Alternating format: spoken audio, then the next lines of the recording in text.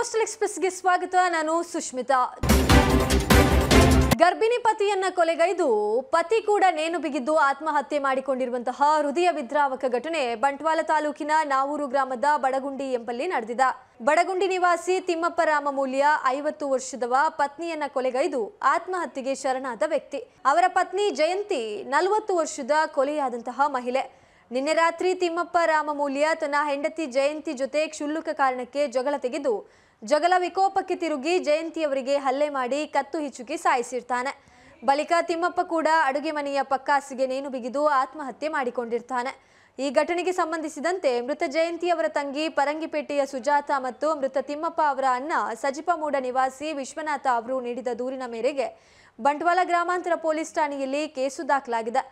ತಿಮ್ಮಪ್ಪ ಅವರ ಮನೆ ಸಜಿಪಮೂಡ ಗ್ರಾಮದ ಮಿತ್ತ ಮಜಿಲಿನಲ್ಲಿದ್ದು ಜಯಂತಿಯ ಮನೆ ಬಡಗುಂಡಿಯಲ್ಲಿದೆ. ಅವರಿಗೆ 15 ವರ್ಷಗಳ ಹಿಂದೆ ಮದುವೆಯಾಗಿದ್ದು ಈವರೆಗೆ ಮಕ್ಕಳಾಗಿರಲಿಲ್ಲ. ಸದ್ಯ ಜಯಂತಿ ಗರ್ಭಿಣಿಯಾಗಿದ್ದು ಜುಲೈ 2ರಂದು ಸೀಮಂತ ನಡೆಸಲು ದಿನಾಂಕ ಕೂಡ ನಿಗದಿಯಾಗಿತ್ತು ಎನ್ನಲಾಗಿದೆ.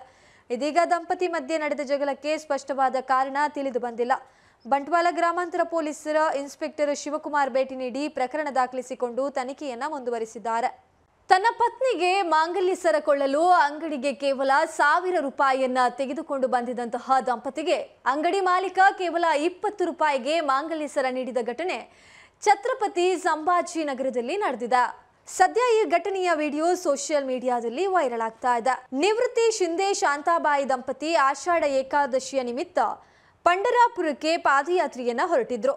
ಮಾರ್ಗ ಮಧ್ಯದಲ್ಲಿ ಅವರಿಬ್ರು ಆಭರಣದ ಅಂಗಡಿಗೆ ಪ್ರವೇಶಿಸಿದಾಗ ಅಲ್ಲಿದ್ದವರು ದಾನ ಕೇಳಲು ಬಂದಿರಬಹುದು ಎಂದು ಭಾವಿಸಿದ್ರು. ಮಳಿಗೆ ಪ್ರವೇಶಿಸ್ತಾ ಇದ್ದಂತೆ ಶಿಂದೆ ಅವರು ತನ್ನ ಮಡದಿಗೆ ಮಂಗಲಸೂತ್ರ ಖರೀದಿಸಲು ಬಂದಿರುವುದಾಗಿ ಅಲ್ಲಿನ ಸಿಬ್ಬಂದಿಗೆ ಹೇಳಿದ್ರು. ಇದು ಅಲ್ಲಿದ್ದವರನ್ನ ಚಕಿತಗೊಳಿಸಿತ್ತು. ಅಜ್ಜ ಇಳಿ ವಯಸ್ಸಿನಲ್ಲೂ ತನ್ನ ಪತ್ನಿಯ ಮೇಲೆ ಹೊಂದಿರುವ ಪ್ರೀತಿಗೆ ಮನಸೋತ್ತ ಮಳಿಗೆಯ ಮಾಲೀಕ ಅವರನ್ನ ಆತ್ಮೀಯವಾಗಿ ಮಾತನಾಡಿಸಿದ್ರು. ಅವರ ಹಿನ್ನೆಲೆಯನ್ನ ವಿಚಾರಿಸಿ ಎಷ್ಟು ಹಣ ತಂದಿದ್ದೀರಿ ಎಂಬುದನ್ನ ತಿಳಿದುಕೊಂಡ್ರು.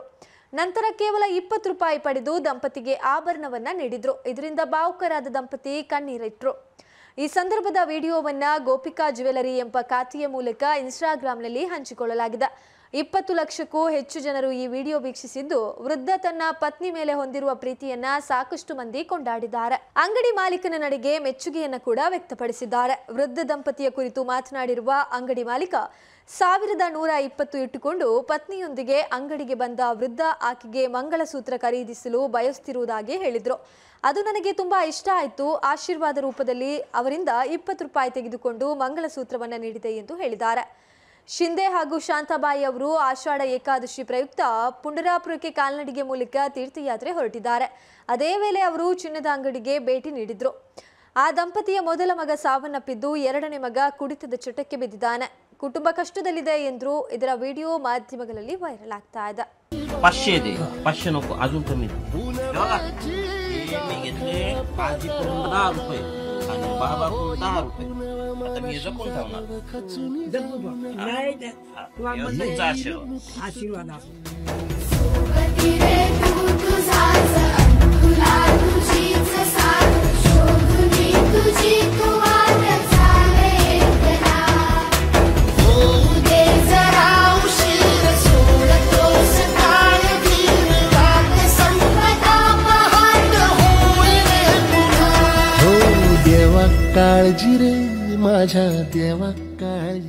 ನೆಕ್ಕಿಲಾಡಿ ಕುಮಾರಧಾರ ನದಿ ದಡದಲ್ಲಿ ಮೊಸಳೆಯೊಂದು ಪತ್ತೆಯಾಗಿದೆ. ಮೊಸಳೆ ನೋಡಲು ಹೋದವರನ್ನ ಕಂಡು ಮೊಸಳೆಯು ಬಾಯಗಳಿಸಿ ಶಬ್ದಗೈದು ಆಕ್ರಮಣಕಾರಿಯಂತೆ ಇವರ ಕಡೆ ನೋಡಿ ನದಿ ನೀರಿಗೆ ಇಳಿದು ಹೋದಂತಹ ಘಟನೆ ನಿನ್ನೆ ಸಂಜೆ ನಡೆದಿದೆ. ಇಲ್ಲಿನ ಶೇಖಬ್ಬ ಹಾಜಿ ಎಂಬವರ ಮನೆ ಬಳಿ ಕುಮಾರಧಾರ ನದಿಗಿಳಿಯುವ ದಾರಿಯ ಬಳಿ ನದಿ ದಡದಲ್ಲಿ ಮೊಸಳೆಯು ವಿಶ್ರಾಂತಿ ಪಡೆಯುವುದನ್ನ ಮಕ್ಕಳು ದೂರದಿಂದ ಕಂಡಿದ್ರು. ನದಿ ದಡದಲ್ಲಿ ಏನೋ ಮಲಗಿದೆ ಎಂದು ಮಕ್ಕಳು ಸ್ಥಳೀಯ ನಿವಾಸಿಗಳಾದ ಅಜೀಜ್ ಪೇಟಿ ಹಾಗೂ ಇತರರಲ್ಲಿ ತಿಳಿಸಿದ್ದು ಅವರು ಅದೇನೆಂದು ನೋಡಲು ಹೋದಾಗ ಮೊಸಳೆಯು ನದಿ ದಡದಲ್ಲಿ ವಿಶ್ರಾಂತಿ ಪಡೆಯುವುದು ಕಂಡುಬಂತು. ಇವರು ಸ್ವಲ್ಪ ಹತ್ತಿರಕ್ಕೆ ಹೋದಾಗ ಮೊಸಳೆಯು ಬಾಯಗಳಿಸಿ ಶಬ್ದ ಮಾಡಿ ಆಕ್ರಮಣಕಾರಿಯಂತೆ ಇವರ ಕಡೆ ನೋಡಿದ್ದು ಮತ್ತೆ ನದಿ ನೀರಿಗೆ ಇಳಿದು ನಾಪತ್ತೆಯಾಗಿದೆ. 2 ವರ್ಷಗಳ ಹಿಂದೆ ಪಂಚಲದ ನೇತ್ರಾವತಿ ನದಿಯಲ್ಲಿಯೂ ದೊಡ್ಡ ಮೊಸಳೆಗರೆರಡು ಪ್ರತ್ಯಕ್ಷಗಳಾಗಿದ್ವು. ಕಳೆದ ವರ್ಷ ಉಪ್ಪಿನಂಗಡಿಯ HM ಆಡಿಟೋರಿಯಂ ಬಳಿಯೂ ನೇತ್ರಾವತಿ ನದಿ ದಡದಲ್ಲಿ ದೊಡ್ಡ ಗಾತ್ರದ ಮೊಸಳೆಯೊಂದು ಪ್ರತ್ಯಕ್ಷವಾಗಿತ್ತು. ನದಿಯಲ್ಲಿ ಮೊಸಳೆ ಇರೋದು ನದಿಗೆ ಮೀನು ಬೇಟೆಗೆಂದೇ ಹೋಗುವವರಲ್ಲಿ ಆತಂಕವನ್ನ ಸೃಷ್ಟಿಸಿದೆ. ಒಂದೆಡೆ ನದಿಯಲ್ಲಿ ಮೊಸಳೆಯು ಕಾಣಿಸಿಕೊಂಡ್ರೆ ಕೆಲವು ದಿನಗಳ ಹಿಂದೆ ನದಿಯಲ್ಲಿ ನೀರು ಕಡಿಮೆ ಇದ್ದ ಸಂದರ್ಭ ಉಪ್ಪಿನಂಗಡಿ ಶ್ರೀ ಸಹಸ್ರಲಿಂಗೇಶ್ವರ ಮಹಾಕಾಲಿ ದೇವಾಲಯದ ಬಳಿಯ ನೇತ್ರಾವತಿ ನದಿಯಲ್ಲಿ ಕಡವಿನ ಬಾಗಿಲ ಸಮೀಪ ಸುಮಾರು 10ರಷ್ಟಿದ್ದ ನೀರು ನಾಯಿಗಳ ಹಿಂಡು ಕಾಣಿಸಿಕೊಂಡಿತ್ತು ಎಂದು ಉಪ್ಪಿನಂಗಡಿಯ ಪ್ರವಾಹ ರಕ್ಷಣಾ ತಂಡದ ನೇತೃತ್ವ ವಹಿಸಿರುವ ಗೃಹ ರಕ್ಷಣಾ ದಳದ ಸಿಬ್ಬಂದಿ ದಿನೇಶ್ ಬೇ ತಿಳಿಸಿದ್ದಾರೆ. ಕಳೆದ 2 ವರ್ಷಗಳ ಹಿಂದೆ ಸರ್ಕಾರದ ವತಿಯಿಂದ ನದಿಗೆ ಮೀನಿನ ಮರಿಗಳನ್ನು ಹಾಕಲಾಗಿದ್ದು ಅವುಗಳನ್ನು ಈಗ ಬೆಳೆದು ದೊಡ್ಡಗಳಾಗಿವೆ. ಮೀನು ಹೇರಳವಾಗಿರುವ ಕಾರಣ ಇದೀಗ ನೀರು ನಾಯಿಗಳು ಕೂಡ ಅದರ ಬೇಟೆಗೆ ನದಿಗಳಲ್ಲಿ ಕಾಣಿಸಿಕೊಳ್ತಾ ಇದೆ.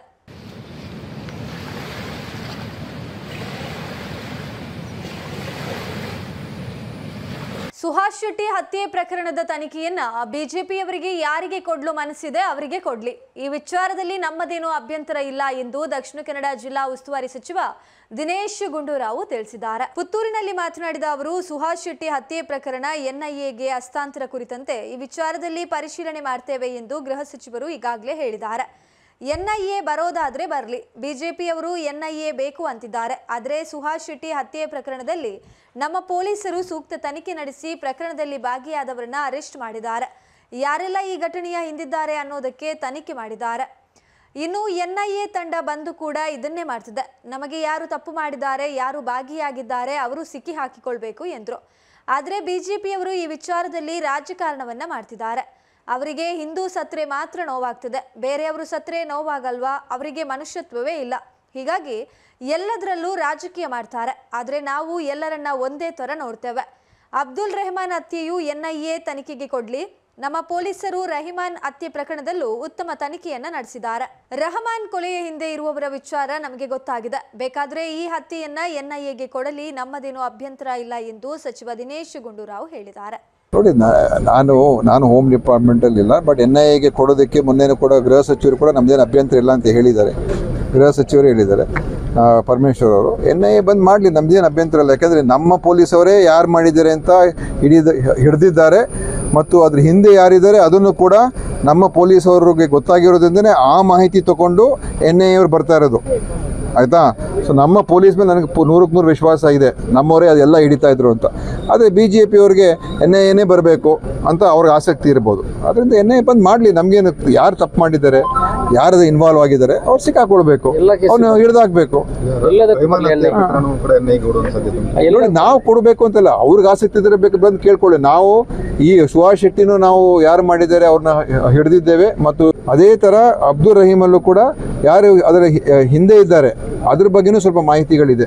ಅದರಿಂದ ನಾವು ಖಂಡಿತವಾಗಿಯೂ ಎಲ್ಲ ರೀತಿಯ ಕ್ರಮಗಳನ್ನು ತಗೊಳ್ತಕ್ಕಂಥದ್ದಕ್ಕೆ ನಮ್ಮ ಪೊಲೀಸು ಆಗಿದ್ದಾರೆ ಇದ್ದರು ಮತ್ತು ಈ ತನಿಖೆ ಮಾಡೋದ್ರಲ್ಲಿ ಎಲ್ಲೂ ಕೂಡ ನಮಗೇನು ಹಿನ್ನಡೆ ಏನಿಲ್ಲ. ಆದರೆ BJP ಅವರಿಗೆ ರಾಜಕಾರಣ ಮಾಡಬೇಕು.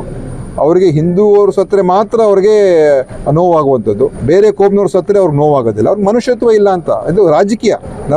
ನಾವು ರಾಜಕೀಯ ಮಾಡೋಕ್ಕೆ ಬಂದಿಲ್ಲ. ನಮಗೆ ಎಲ್ಲರೂ ಒಂದೇ.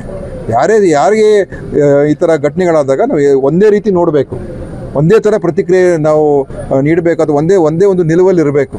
ಒಂದೊಂದಕ್ಕೆ ಒಂದೊಂದು ಥರ ಮಾಡಿದ್ರೆ ಮತ್ತೆ ಮನುಷ್ಯತ್ವ ಎಲ್ಲಿದೆ? ಪುತ್ತೂರು ನಗರ ಯೋಜನಾ ಪ್ರಾಧಿಕಾರದ ಅಧ್ಯಕ್ಷ ಅಮಳ ರಾಮಚಂದ್ರ ಅವರ ಹೆಸರಿನಲ್ಲಿ ಫೇಸ್ಬುಕ್ನಲ್ಲಿ ನಕಲಿ ಖಾತೆಯನ್ನ ಸೃಷ್ಟಿಸಲಾಗಿದೆ.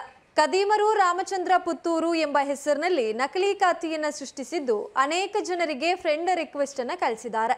ಈಗಾಗಲೇ ಸುಮಾರು 9 ಮಂದಿ ಈ ಫ್ರೆಂಡ್ ರಿಕ್ವೆಸ್ಟ್ ಅನ್ನ ಮಾನ್ಯ ಮಾಡಿದ್ದು ಅವರಿಗೆ ಮೆಸೆಂಜರ್ ಮೂಲಕ ನನಗೆ ಸಹಾಯ ಬೇಕು, ನಿಮ್ಮಲ್ಲಿ ಗೂಗಲ್ ಪೇ, ಪೇಟಿಎಂ ಇದೆಯೇ ಎಂದು ಮೆಸೇಜ್ ಮಾಡಿ ಹಣ ದೋಚಲು ಸಂಚು ರೂಪಿಸಿದ್ದಾರೆ. ಕಡಬಾದ ಜಯರಾಜ್ ಎಂಬವರಿಗೆ ಈ ರೀತಿ ಮೋಸ ಮಾಡಲು ಪ್ರಯತ್ನಿಸಿದ್ದು, ಈ ಬಗ್ಗೆ ನಗರ ಯೋಜನಾ ಪ್ರಾಧಿಕಾರದ ಅಧ್ಯಕ್ಷ ಅಮಳ ರಾಮಚಂದ್ರರಲ್ಲಿ ಪ್ರಶ್ನಿಸಿದಾಗ ಇದೊಂದು ನಕಲಿ ಖಾತೆಯಾಗಿದ್ದು ದಯವಿಟ್ಟು ಯಾರು ಈ ಖಾತೆ ಕಳುಹಿಸುವ ಫ್ರೆಂಡ್ ರಿಕ್ವೆಸ್ಟ್ಗೆ ಸ್ಪಂದಿಸಬಾರದು ಎಂದು ಮನವಿ ಮಾಡಿದ್ದಾರೆ. ಇವರು ಮೆಸೆಂಜರ್ ಮೂಲಕ ಕಳುಹಿಸುವ ಸಹಾಯದ ಬೇಡಿಕೆಯನ್ನ ಮಾನ್ಯ ಮಾಡಬಾರದಾಗಿ ಕೇಳಿಕೊಂಡಿದ್ದಾರೆ. ಈ ಖಾತೆಯನ್ನ ಬ್ಲಾಕ್ ಮಾಡಿ ಫೇಸ್ಬುಕ್ಗೆ ರಿಪೋರ್ಟ್ ಮಾಡುವಂತೆಯೂ ಅವರು ಜನರಲ್ಲಿ ವಿನಂತಿಸಿದ್ದಾರೆ. ಕರ್ನಾಟಕ ಸರ್ಕಾರದ ಜನವಿರೋಧಿ ನೀತಿ, ಸೃಜನ ಪಕ್ಷಪಾತ, ಭ್ರಷ್ಟಾಚಾರ ಹಾಗೂ ವಿರೋಧ ಪಾರ್ಟಿ ದಮನ ನೀತಿ ವಿರುದ್ಧ ಬಿಜೆಪಿಯಿಂದ ಪುತ್ತೂರು ವಿಧಾನಸಭಾ ಕ್ಷೇತ್ರದ ಗ್ರಾಮ ಪಂಚಾಯತ್ಗಳು, ಪಟ್ಟಣ ಪಂಚಾಯತ್, ನಗರಸಭೆ ಎದುರು ಒಂದು ದಿನದ ಪ್ರತಿಭಟನೆ ಜೂನ್ 23ರಂದು ನಡೆಯಲಿದೆ ಎಂದು ಮಾಜಿ ಶಾಸಕ ಸಂಜೀವ ಮಠಂದೂರು ಪತ್ರಿಕಾಗೋಷ್ಠಿಯಲ್ಲಿ ಹೇಳಿದ್ದಾರೆ. ರಾಜ್ಯ ಸರ್ಕಾರ ಜನವಿರೋಧಿ ನೀತಿಯನ್ನ ನಿರಂತರವಾಗಿ ಮಾಡಿಕೊಂಡು ಬಂದಿದೆ. 94C ಇಂದ ಹಿಡಿದು ವಾಲ್ಮೀಕಿ ನಿಗಮದ ತನಕ ರಾಜ್ಯದಲ್ಲಿ ಬಹಿರಂಗವಾಗಿ ಭ್ರಷ್ಟಾಚಾರ ನಡೀತಾ ಇದೆ. ದಕ್ಷಿಣ ಕನ್ನಡ ಜಿಲ್ಲೆಯಲ್ಲಿ ಮತೀಯ ಸಂಘರ್ಷಕ್ಕೆ ರಾಜ್ಯ ಸರ್ಕಾರ ಎಡೆ ಮಾಡಿಕೊಟ್ಟಿದೆ. ಕಲುಷಿತ ವಾತಾವರಣಕ್ಕೆ ಸರ್ಕಾರವೇ ನೇರ ಹೊಣೆ. ಯಾವುದೇ ಒಂದು ಕೊಲೆಯಾದಾಗ ಅದನ್ನ ಬಿಂಬಿಸುವ ರೀತಿ ಮತ್ತು ಸರ್ಕಾರದ ನಡವಳಿಕೆ ಜನರನ್ನ ರೊಚ್ಚಿಗೆಬ್ಬಿಸಿದೆ. ಅದರ ಜೊತೆಯಲ್ಲಿ ರಾಜ್ಯದಲ್ಲಿ ಶಿಕ್ಷಣ ಅಭಿವೃದ್ಧಿ ಹೊಂದಿರುವ ದಕ್ಷಿಣ ಕನ್ನಡ ಜಿಲ್ಲೆಯಲ್ಲಿ ಹಿಂದೂ ಸಂಘಟನೆಗಳನ್ನ ಮಟ್ಟ ಹಾಕಲು ಹೊಸ ಪೊಲೀಸ್ ಕಾರ್ಯಪಡೆಯನ್ನ ದಕ್ಷಿಣ ಕನ್ನಡ ಜಿಲ್ಲೆಗೆ ನಿಯೋಜನೆ ಮಾಡಿರೋದು ದಕ್ಷಿಣ ಕನ್ನಡ ಜಿಲ್ಲೆಯ ವಿದ್ಯಾವಂತ ಜನ ಕಾಂಗ್ರೆಸ್ನ ಕೆಂಗಣ್ಣಿಗೆ ಬಿದ್ದಿದ್ದಾರೆ ಎಂದು ಹೇಳಿದ್ರು. ಇನ್ನು ಮೇ ತಿಂಗಳಲ್ಲಿ ಮಳೆ ಬಂದು ಪ್ರಾಕೃತಿಕ ವಿಕೋಪ ಆದಾಗ ಸರ್ಕಾರ ಗಾಢ ನಿದ್ರೆಯಲ್ಲಿತ್ತು. ಜಿಲ್ಲಾಧಿಕಾರಿಗಳು, ಜಿಲ್ಲಾ ಉಸ್ತುವಾರಿ ಸಚಿವರು ಸಭೆ ಮಾಡಿ ಪ್ರಾಕೃತಿಕ ವಿಕೋಪಗಳಿಗೆ ಪರಿಹಾರ ನೀಡಬೇಕು ಮತ್ತು ನಮ್ಮಲ್ಲಿ ಹಣಕಾಸಿನ ಸಮಸ್ಯೆ ಇಲ್ಲ, ಅಧಿಕಾರಿಗಳು 24x7 ಗ್ರಾಮದಲ್ಲೇ ವಾಸ್ತವ್ಯ ಮಾಡಬೇಕೆಂದು ತಿಳಿಸಿದ್ದಾರೆ. ಆದರೆ ಇವೆಲ್ಲ ಪತ್ರಿಕೆ ಮತ್ತು ಹೇಳಿಕೆಗಳಿಗೆ ಸೀಮಿತವಾಗಿದೆ. ಎಲ್ಲಾ ಕಡೆ ಪರಿಹಾರಕ್ಕೆ ಆದೇಶ ಮಾತ್ರ ಬಂದಿದೆ, ಇನ್ನೂ ಹಣ ಬಂದಿಲ್ಲ ಎಂದು ಗ್ರಾಮ ಪಂಚಾಯತ್ನಿಂದ ಮಾಹಿತಿ ದೊರಕಿದೆ. ಒಂದು ಕೊಟ್ಟು ಮಣ್ಣು ತೆಗೆಯೋದು ಬಿಡಿ, ಪಿಕ್ಕಾಸು ತೆಗೆಯಲು ಕೂಡ ಹಣ ಬಂದಿಲ್ಲ. ರಸ್ತೆ ಬದಿಯಲ್ಲಿ ಬಿದ್ದ ಮಣ್ಣು, ಮನೆಗಳ ಮೇಲೆ ಬಿದ್ದ ಮಣ್ಣು ತೆರವು ಮಾಡಲು 10 ಪೈಸೆ ಸರ್ಕಾರ ಕೊಡಲಿಲ್ಲ. ನಿನ್ನೆಯ ದಿವಸ ಉಸ್ತುವಾರಿ ಸಚಿವರು ನಮ್ಮಲ್ಲಿ ಬೇಕಾದಷ್ಟು ದುಡ್ಡಿದೆ ಎಂದು ಹೇಳಿದ್ದಾರೆ. ಪೂರ್ತಿ ಮನೆ ಬಿದ್ದವರಿಗೆ 1.20 ಲಕ್ಷ, ಹಾಗೇನೆ ಭಾಗಶಃ ಬಿದ್ದವರಿಗೆ 50,000 ಅಥವಾ 30,000 ಕೊಡುವುದೆಂದು ಹೇಳಿ ಕೊನೆಗೆ 3,000 ಕೊಟ್ಟಿದ್ದಾರೆ. 5 ವರ್ಷದಲ್ಲಿ ಇಲ್ಲಿ ಯಡಿಯೂರಪ್ಪ ಸರ್ಕಾರ ಇದ್ದಾಗ ಪೂರ್ತಿ ಮನೆ ಹಾನಿಯಾದದಕ್ಕೆ 5 ಲಕ್ಷ, ಭಾಗಶಃ ಮನೆ ಕಳೆದುಕೊಂಡವರಿಗೆ 1 ಲಕ್ಷ ನೀಡಲಾಗಿದೆ. ಇವತ್ತು ಪೂರ್ತಿ ಮನೆ ಕಳೆದುಕೊಂಡವರಿಗೆ ಹಣ ಬಂದಿಲ್ಲ. ಗುಡ್ಡದ ಬಳಿಯ ಮನೆಯನ್ನು ಶಿಫ್ಟ್ ಮಾಡಲು ಆದೇಶ ಮಾಡ್ತಾರೆ, ಆದ್ರೆ ಅವರಿಗೆ ಸ್ಥಳಾಂತರಕ್ಕೆ ಕಾಳಜಿ ಕೇಂದ್ರ ತೆರೆಯಲಿಲ್ಲ. ಅವರು ಎಲ್ಲಿಗೆ ಹೋಗಬೇಕು ಎಂಬುದು ಪ್ರಶ್ನೆ. ಹಾಗಾಗಿ ಯಡಿಯೂರಪ್ಪ ಸರ್ಕಾರ ಇದ್ದಾಗ ಘೋಷಣೆ ಮಾಡಿದಂತಹ ಪರಿಹಾರ ತಕ್ಷಣ ಈ ಸರ್ಕಾರ ಘೋಷಣೆ ಮಾಡಲಿ ಎಂದು ಸಂಜೀವ ಮಠಂದೂರು ಹೇಳಿದರು. ಪತ್ರಿಕಾಗೋಷ್ಠಿಯಲ್ಲಿ ನಗರಸಭೆ ಉಪಾಧ್ಯಕ್ಷ ಬಾಲಚಂದ್ರ ಕೆ, ಬಿಜೆಪಿ ಗ್ರಾಮಾಂತರ ಮಂಡಲದ ಅಧ್ಯಕ್ಷ ದಯಾನಂದ ಶೆಟ್ಟಿ ಉಜ್ರೆಮಾರು, ಬಿಜೆಪಿ ನಗರ ಮಂಡಲದ ಅಧ್ಯಕ್ಷ ಅನಿಲ್ ತೆಂಕಿಲ, ಬಿಜೆಪಿ ಎಸ್ಟಿ ಮೋರ್ಚಾ ಜಿಲ್ಲಾಧ್ಯಕ್ಷ ಹರೀಶ್ ಬಿಜಾತ್ರೆ ಉಪಸ್ಥಿತರಿದ್ದರು. ಇಡೀ ರಾಜ್ಯಕ್ಕೆ ಒಂದು ರೋಲ್ ಮಾಡೆಲ್ ಜಿಲ್ಲೆ ಅಂದರೆ ದಕ್ಷಿಣ ಕನ್ನಡ ಜಿಲ್ಲೆ. ಅಭಿವೃದ್ಧಿ ಇರ್ಬೋದು, ಇಲ್ಲಿಯ ವಿದ್ಯಾಭ್ಯಾಸ ಇರ್ಬೋದು, ಎಲ್ಲವೂ. ಇಂಥ ಜಿಲ್ಲೆಗೆ ಪೊಲೀಸ್ ವಿಶೇಷ ಕಾರ್ಯಪಡೆ ಆ ಮೂಲಕ ಒಂದು ರೀತಿಯಲ್ಲಿ ಇವತ್ತು ಜನರ ಭಾವನೆಯನ್ನು ಬಡಿದುಬಿಸುವಂಥ ಕೆಲಸ ಒಂದು ಕಡೆ ಮಾಡ್ತಾ ಇದ್ದಾರೆ. ಇನ್ನೊಂದು ಕಡೆ ಪ್ರಕೃತಿ ವಿಕೋಪಗಳಾಗ್ತಾ ಇದೆ. ಬೇರೆ ಎಲ್ಲಿಯೂ ಬಹುಶಃ ನಾನು ಇಂಥ ಪ್ರಕೃತಿ ವಿಕೋಪವನ್ನು ನೋಡಲಿಲ್ಲ. ನಾನು ಕಳೆದ 45 ವರ್ಷದಲ್ಲಿ ಕಂಡರಿಯದಂಥ ಮಳೆ ಮೇ ತಿಂಗಳಲ್ಲಿ ಬಂದಿದೆ. ಸುಮಾರು 1200 ಮಿಲಿಲೀಟರ್ ಮಳೆ ಇಷ್ಟ ತನಕ ಬರಲಿಲ್ಲ ಅಂತೇಳಿ ನೀವು ಪತ್ರಿಕೆಗಳೇ ವರದಿ ಮಾಡಿದ್ದೀರಿ. ಇಂಥ ಒಂದು ನಮ್ಮ ಕುಂಭದ್ರೋಣ ಮಳೆಗೆ ಇಲ್ಲಿ ಪ್ರಾಕೃತಿಕ ವಿಕೋಪಗಳು ನಮ್ಮ ಕೊಡಗಲ್ಲಿ ಆದಾಗ ಇವತ್ತು ಸರ್ಕಾರ ಗಾಢ ನಿದ್ರೆಯಲ್ಲಿದೆ. ಜಿಲ್ಲಾಧಿಕಾರಿಗಳು ಮೀಟಿಂಗ್ ಮಾಡ್ತಾರೆ, ಉಸ್ತುವಾರಿ ಸಚಿವರು ನಿನ್ನೆ ದಿವಸ ಮೀಟಿಂಗ್ ಮಾಡಿದ್ದಾರೆ. ಪ್ರಾಕೃತಿಕ ವಿಕೋಪಗಳಿಗೆ ಸೂಕ್ತ ಪರಿಹಾರವನ್ನು ಕೊಡಬೇಕು, ನಮ್ಮಲ್ಲಿ ಹಣಕಾಸಿನ ಸಮಸ್ಯೆ ಇಲ್ಲ, ಅಧಿಕಾರಿಗಳು 24x7 ಗ್ರಾಮದಲ್ಲಿ ತಾಲೂಕಲ್ಲಿ ವಾಸ್ತವ್ಯ ಮಾಡಬೇಕು. ಬಹುಶಃ ಇದೆಲ್ಲ ಪತ್ರಿಕೆಗಳಿಗೆ, ಹೇಳಿಕೆಗಳಿಗೆ ಸೀಮಿತ ಆಗಿದೆ.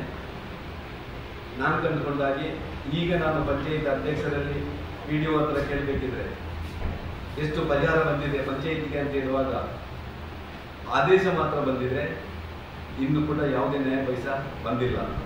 ನಮಗೆ ಒಂದು ಕೊಟ್ಟು ಮಣ್ಣು ತೆಗೆದು ಬಿಡಿ, ನಮಗೆ ಒಂದು ಏನೋ ವಿಕಾಸವನ್ನು ತೆಗೆಯಲಿಕ್ಕೂ ನಮಗೆ ದುಡ್ಡು ಕೊಡಲಿಲ್ಲ ಸರ್ಕಾರ ಅಂತ ಹೇಳ್ತಾರೆ.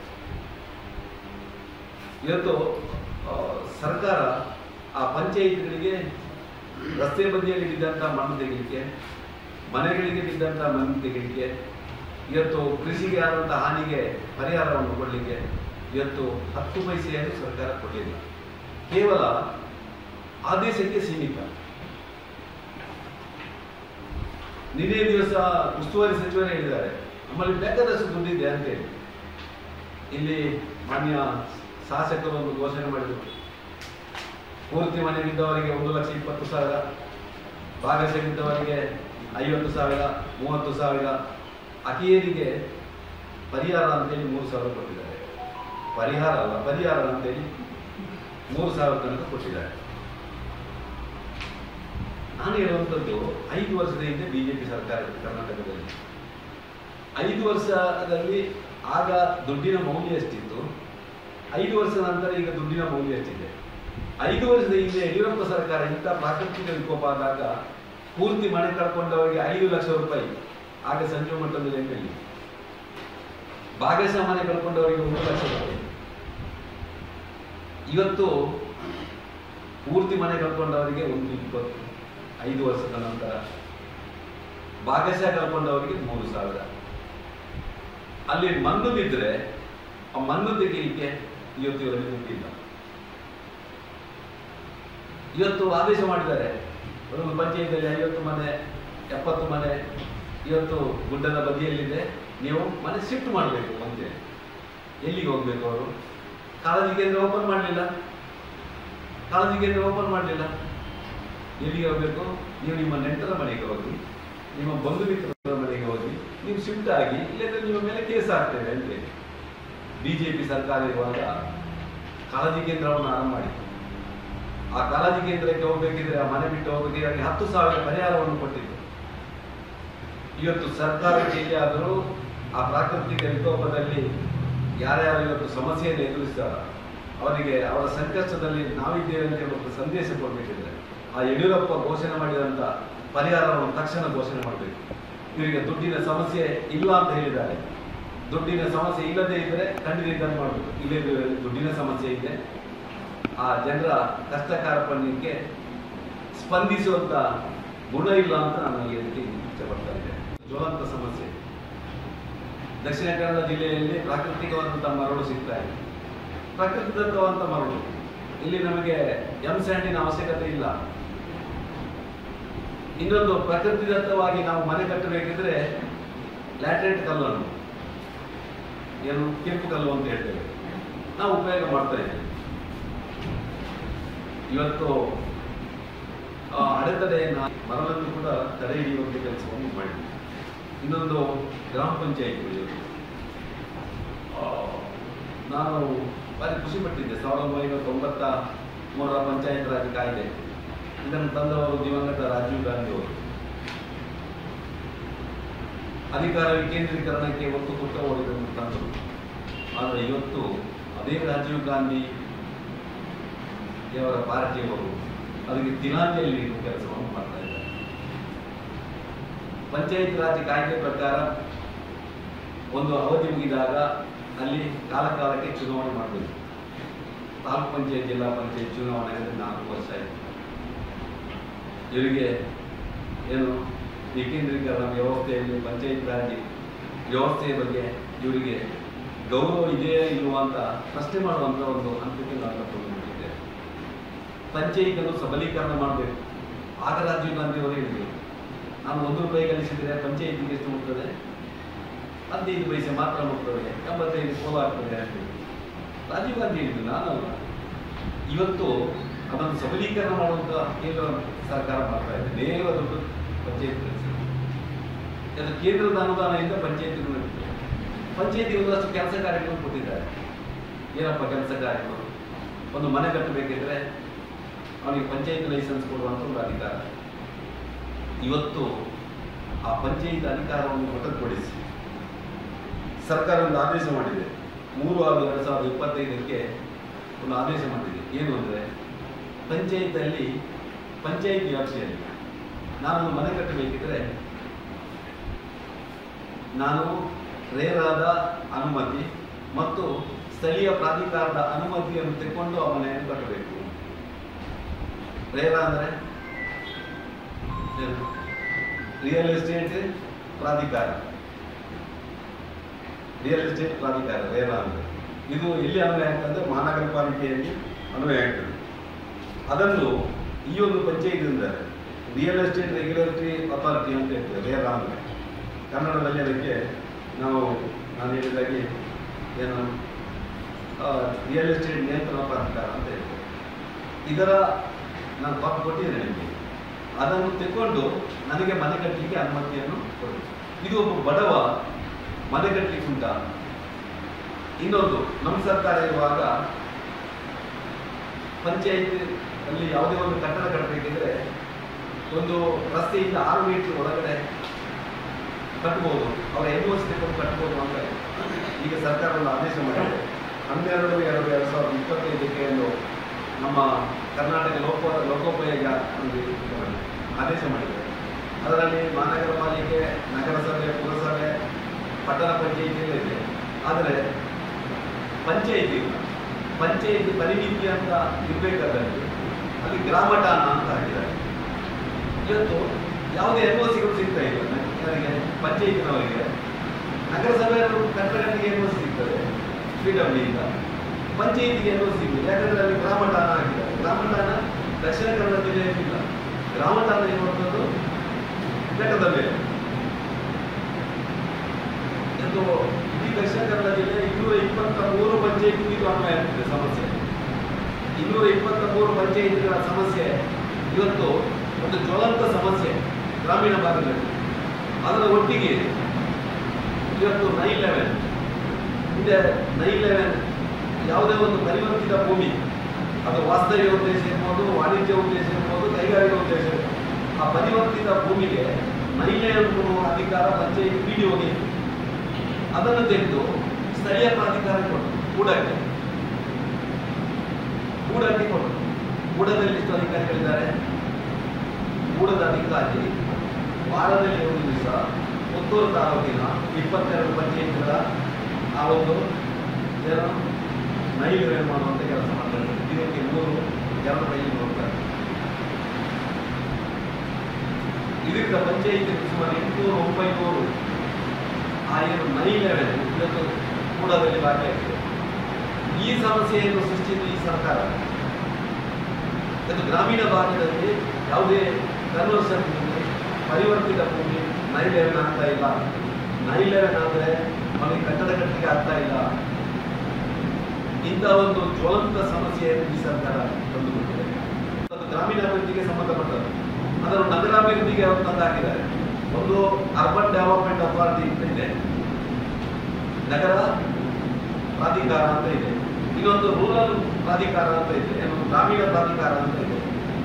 ಆ ಗ್ರಾಮೀಣ ಪ್ರಾಧಿಕಾರವನ್ನು ನಗರ ಪ್ರಾಧಿಕಾರದ ಅಲ್ಲಿ ಕೆಲಸ ಮಾಡಿಸ್ತಾ ಇದ್ದಾರೆ. ಒಂದು ಗ್ರಾಮೀಣಾಭಿವೃದ್ಧಿ ಇಲಾಖೆಗೆ ಸಂಬಂಧಪಟ್ಟದ್ದು, ಇನ್ನೊಂದು ನಗರಾಭಿವೃದ್ಧಿ ಇಲಾಖೆಗೆ ಸಂಬಂಧಪಟ್ಟದ್ದು. ನೋಡಿ ಆ ದ್ವಂದ್ವ ನೋಡಿ ಯಾವ ರೀತಿಯಾಗಿ ಇವತ್ತು ಈ ಸರ್ಕಾರ ಕೆಲಸ ಕಾರ್ಯಗಳನ್ನು ಮಾಡ್ತಾ ಇದೆ ಅನ್ನೋದಕ್ಕೆ ನಾನು ಒಂದು ಸಣ್ಣ ಉದಾಹರಣೆ ಕೊಡ್ತೀನಿ. ಈ ರೀತಿಯಾಗಿ ಆ ಪಂಚಾಯತ್ನಲ್ಲಿ ಇಂಥ ಸಮಸ್ಯೆಯನ್ನು ಇವತ್ತು ಮನೆ ನಿವೇಶನ ಕೊಡುವಂಥದ್ದು ಪತ್ರಿಕೆಯಲ್ಲಿ ಬರ್ತಾ ಇದೆ. ಆದರೆ ಎಷ್ಟು ಕೊಟ್ಟಿದ್ದಾರೆ ಏನು ಅಂತ ಹೇಳಿ ಪಂಚಾಯತ್ನಲ್ಲಿ ಕೇಳಿದರೆ ನಮ್ಮಲ್ಲಿ ಒಂದೇ ಒಂದು ನಿವೇಶನ ಕೊಡಲಿಲ್ಲ ಅಂತ ಹೇಳ್ತಾರೆ. ಎಷ್ಟು ಮನೆ ಬಂದಿದೆ ಅಂತ ಹೇಳಿದ್ರೆ ಗೊತ್ತಿಲ್ಲ. ಸಂಜೀವ ಮಠದಲ್ಲಿರುವಾಗ 800 ಮನೆ ಕೊಟ್ಟಿದ್ದೇನೆ. 3 ವರ್ಷ 10 ತಿಂಗಳಲ್ಲಿ ಅದರಲ್ಲಿ ಒಂದು ಕೊರೋನಾ ಬಂದಿದೆ. ನನ್ನ ಅವಧಿ ಇದ್ದದ್ದು 3 ವರ್ಷ 10 ತಿಂಗಳು BJP ಸರ್ಕಾರ ಇದ್ದದ್ದು, 1 ವರ್ಷ 2 ತಿಂಗಳು ಜನತಾ ದಳ ಕಾಂಗ್ರೆಸ್ ಸರ್ಕಾರ ಇದ್ದದ್ದು. ಆ 3 ವರ್ಷ 10 ತಿಂಗಳಲ್ಲಿ 800 ಮನೆ ಬಂದಿದೆ. 2 ವರ್ಷ 2 ತಿಂಗಳಲ್ಲಿ ಮನೆ ಬಂದಂಥ ಮಕ್ಕಳಿಗೆ 250. ಇವರು ಬಡವರ ಉದ್ಧಾರ ಮಾಡುವಂಥ ಈ ಸರ್ಕಾರ. ಇದು ಗ್ರಾಮೀಣ ಭಾಗದಲ್ಲಿರುವಂಥ ಸಮಸ್ಯೆ. ಅದರ ಜೊತೆಯಲ್ಲಿ ಇವತ್ತು ಕೃಷಿಕರು, ವಿಶೇಷವಾಗಿ ಕೃಷಿಕರು ಕಿಸಾನ್ ಸಮ್ಮಾನ್ ನಿಧಿಯನ್ನು ನಿಲ್ಲಿಸಿದರು. ಕೇಂದ್ರ ಸರ್ಕಾರ 6,000, ರಾಜ್ಯ ಸರ್ಕಾರ 4,000 ನಿಲ್ಲಿಸಿದರು. ರೈತ ವಿದ್ಯಾ ನಿಧಿ ಒಬ್ಬ ರೈತರಿಗೆ 2,000ದಿಂದ 8,000 ಅಂತ ಕೊಡ್ತಾ ಇತ್ತು ನಮ್ಮ ಮಕ್ಕಳ ವಿದ್ಯಾಭ್ಯಾಸಕ್ಕೆ. ಅದನ್ನು ನಿಲ್ಲಿಸಿದರು. ಫಸಲು ವಿಮೆ, ಹವಾಮಾನ ಆಧಾರಿತ ವಿಮೆಯನ್ನು ಇವರು ಆ ಗೈಡ್ಲೈನ್ ಚೇಂಜ್ ಮಾಡಿ ಇವತ್ತು ಅರ್ಧಕ್ಕರ್ಧವನ್ನು ನಿಲ್ಲಿಸಿದರು. ರೈತರ ಹಾಲಿಗೆ 6 ತಿಂಗಳಿಗೊಮ್ಮೆ ಸಬ್ಸಿಡಿ ಕೊಡ್ತಾರೆ. 6 ತಿಂಗಳಿಗೊಮ್ಮೆ ರೈತ ಇವತ್ತೊಂದು IP ಸೆಂಟರ್ ಹಾಕಬೇಕಿದ್ರೆ ಅವ ಪರಿವರ್ತಕ TCಗೆ 3 ಲಕ್ಷ ಕಟ್ಟಬೇಕು. ಹಿಂದೆ ಉಚಿತವಾಗಿ ಎಲ್ಲ ಮೆಸ್ಕಾಂಗಳು, ಎಸ್ಕಾಂಗಳು ಎಲ್ಲ ಕೊಡ್ತಾ ಇದ್ರು. ಈ ರೀತಿಯಾಗಿ ಒಂದು ಕಡೆ ರೈತರ ಶೋಷಣೆ, ಇನ್ನೊಂದು ಕಡೆ ಗ್ರಾಮೀಣ ಭಾಗದ ಜನರ ಆ ಬದುಕಿನೊಂದಿಗೆ ಚೆಲ್ಲಾಟ, ಪ್ರಾಕೃತಿಕ ವಿಕೋಪವನ್ನು ಸರಿಯಾಗಿ ನಿರ್ವಹಣೆ ಮಾಡದೆ ಅದರಿಂದ ಜನರಿಗೆ ಮನೆ ಮಾಡುವುದು. ಹೀಗೆ ಒಟ್ಟು ಈ ಸರ್ಕಾರ ಎಲ್ಲ ರಂಗದಲ್ಲಿ ವಿಫಲವಾಗಿದೆ. ಅದರ ಜೊತೆಯಲ್ಲಿ ನಾನು ವಿಶೇಷವಾಗಿ ಈ ಸಮಾಜದ ಕಟ್ಟಕಡೆಯ ವ್ಯಕ್ತಿಗಳು ಸಂಧ್ಯಾ ಸುರಕ್ಷಾ, ವೃದ್ಧಾಪ್ಯ ವೇತನ, ಅಂಗವಿಕಲ ವೇತನ ಪಡೆಯುವಂಥ ಒಂದಷ್ಟು ಜನ ಇದ್ದಾರೆ. ಬಹುಶಃ ಇವರಿಗೆ ಆರ್ಥಿಕ ಸಹಾಯ ಬೇಕು, ಸಮಾಜದ ಕರುಣೆ ಕೊಡಬೇಕು. ಆದರೆ ಈ ಸರ್ಕಾರಕ್ಕೆ ನಮ್ಗೆ ಕಾಣ್ತದೆ ಕಣ್ಣಲ್ಲಿ ನೆತ್ತರಿಲ್ಲ ಅಂತ ಕಾಣ್ತದೆ. 23,19,19,000 ಜನರ ಆ ಪಿಂಚಣಿಯನ್ನು ನಿಲ್ಲಿಸುವಂತ ಕೆಲಸ ಮಾಡಿದ್ದಾರೆ. 23,19,000 ಕೊಟ್ಟಿದ್ದಾರೆ. ಇಷ್ಟು ಜನರ ಪಿಂಚಣಿಯನ್ನು ಈ ಸರ್ಕಾರ ನಿಲ್ಲಿಸಿ ಹೌದು, ನಮ್ಮ ವೃದ್ಧಾಪ್ಯ ವೇತನ, ಅಂಗವಿಕಲ ವೇತನ, ಸಂಧ್ಯಾ ಸುರಕ್ಷಾ ಇಂಥದ್ದನ್ನು ನಿಲ್ಲಿಸುವಂತೆ ಕೆಲಸವನ್ನು ಮಾಡಿದ್ದಾರೆ. ಆದರೆ ಒಟ್ಟು ಈ ಸರ್ಕಾರದಲ್ಲಿ ಆರ್ಥಿಕ ಮುಗ್ಗಟ್ಟಿದೆ. ಸರ್ಕಾರ ಒಂದು ಹಂತದಲ್ಲಿ ದಿವಾಳಿಯಾಗಿದೆ ಅಂತ ಮೇಲ್ನೋಟಕ್ಕೆ ನಮಗೆ ಕಾಣ್ತಾ ಉಂಟು. ಅಂತ ಅದಕ್ಕೆ ಬೇಕಾಗಿ ಇನ್ನೊಂದು ಜನಸಾಮಾನ್ಯರನ್ನು ಕೊಂಡೋಗಬೇಕು. ಪಂಚಾಯತಿನ ಜ್ವಲಂತ ಸಮಸ್ಯೆಗಳನ್ನು ಆ ಗ್ರಾಮದಲ್ಲಿ ನಾವು ಜನರ ಮುಂದೆ ಇಡಬೇಕು ಅಂತೇಳಿ ಪುತ್ತೂರು ತಾಲೂಕಿನ ನಮ್ಮ 22 ಗ್ರಾಮ ಪಂಚಾಯತಿಗಳಲ್ಲಿ, ದಕ್ಷಿಣ ಕನ್ನಡ ಜಿಲ್ಲೆಯ 223 ಗ್ರಾಮ ಪಂಚಾಯತಿಗಳಲ್ಲಿ, ದಕ್ಷಿಣ ಕನ್ನಡ ಜಿಲ್ಲೆಯ ಎಲ್ಲ ನಗರಸಭೆ, ಪುರಸಭೆ, ಪಟ್ಟಣ ಪಂಚಾಯತಿಗಳಲ್ಲಿಯೂ ಏಕಕಾಲದಲ್ಲಿ ನಾವು ಈ ಸರ್ಕಾರದ ಏನು ಆಡಳಿತ ವೈಫಲ್ಯ ಮತ್ತು ಭ್ರಷ್ಟತೆ ಮತ್ತು ಜನವಿರೋಧಿ ನೀತಿಯನ್ನು ನಾವು ಪ್ರತಿಭಟನೆ ಮುಖಾಂತರ ತಿಳಿಸಬೇಕು ಅಂತ ತೀರ್ಮಾನ ಮಾಡಿದ್ದೇವೆ.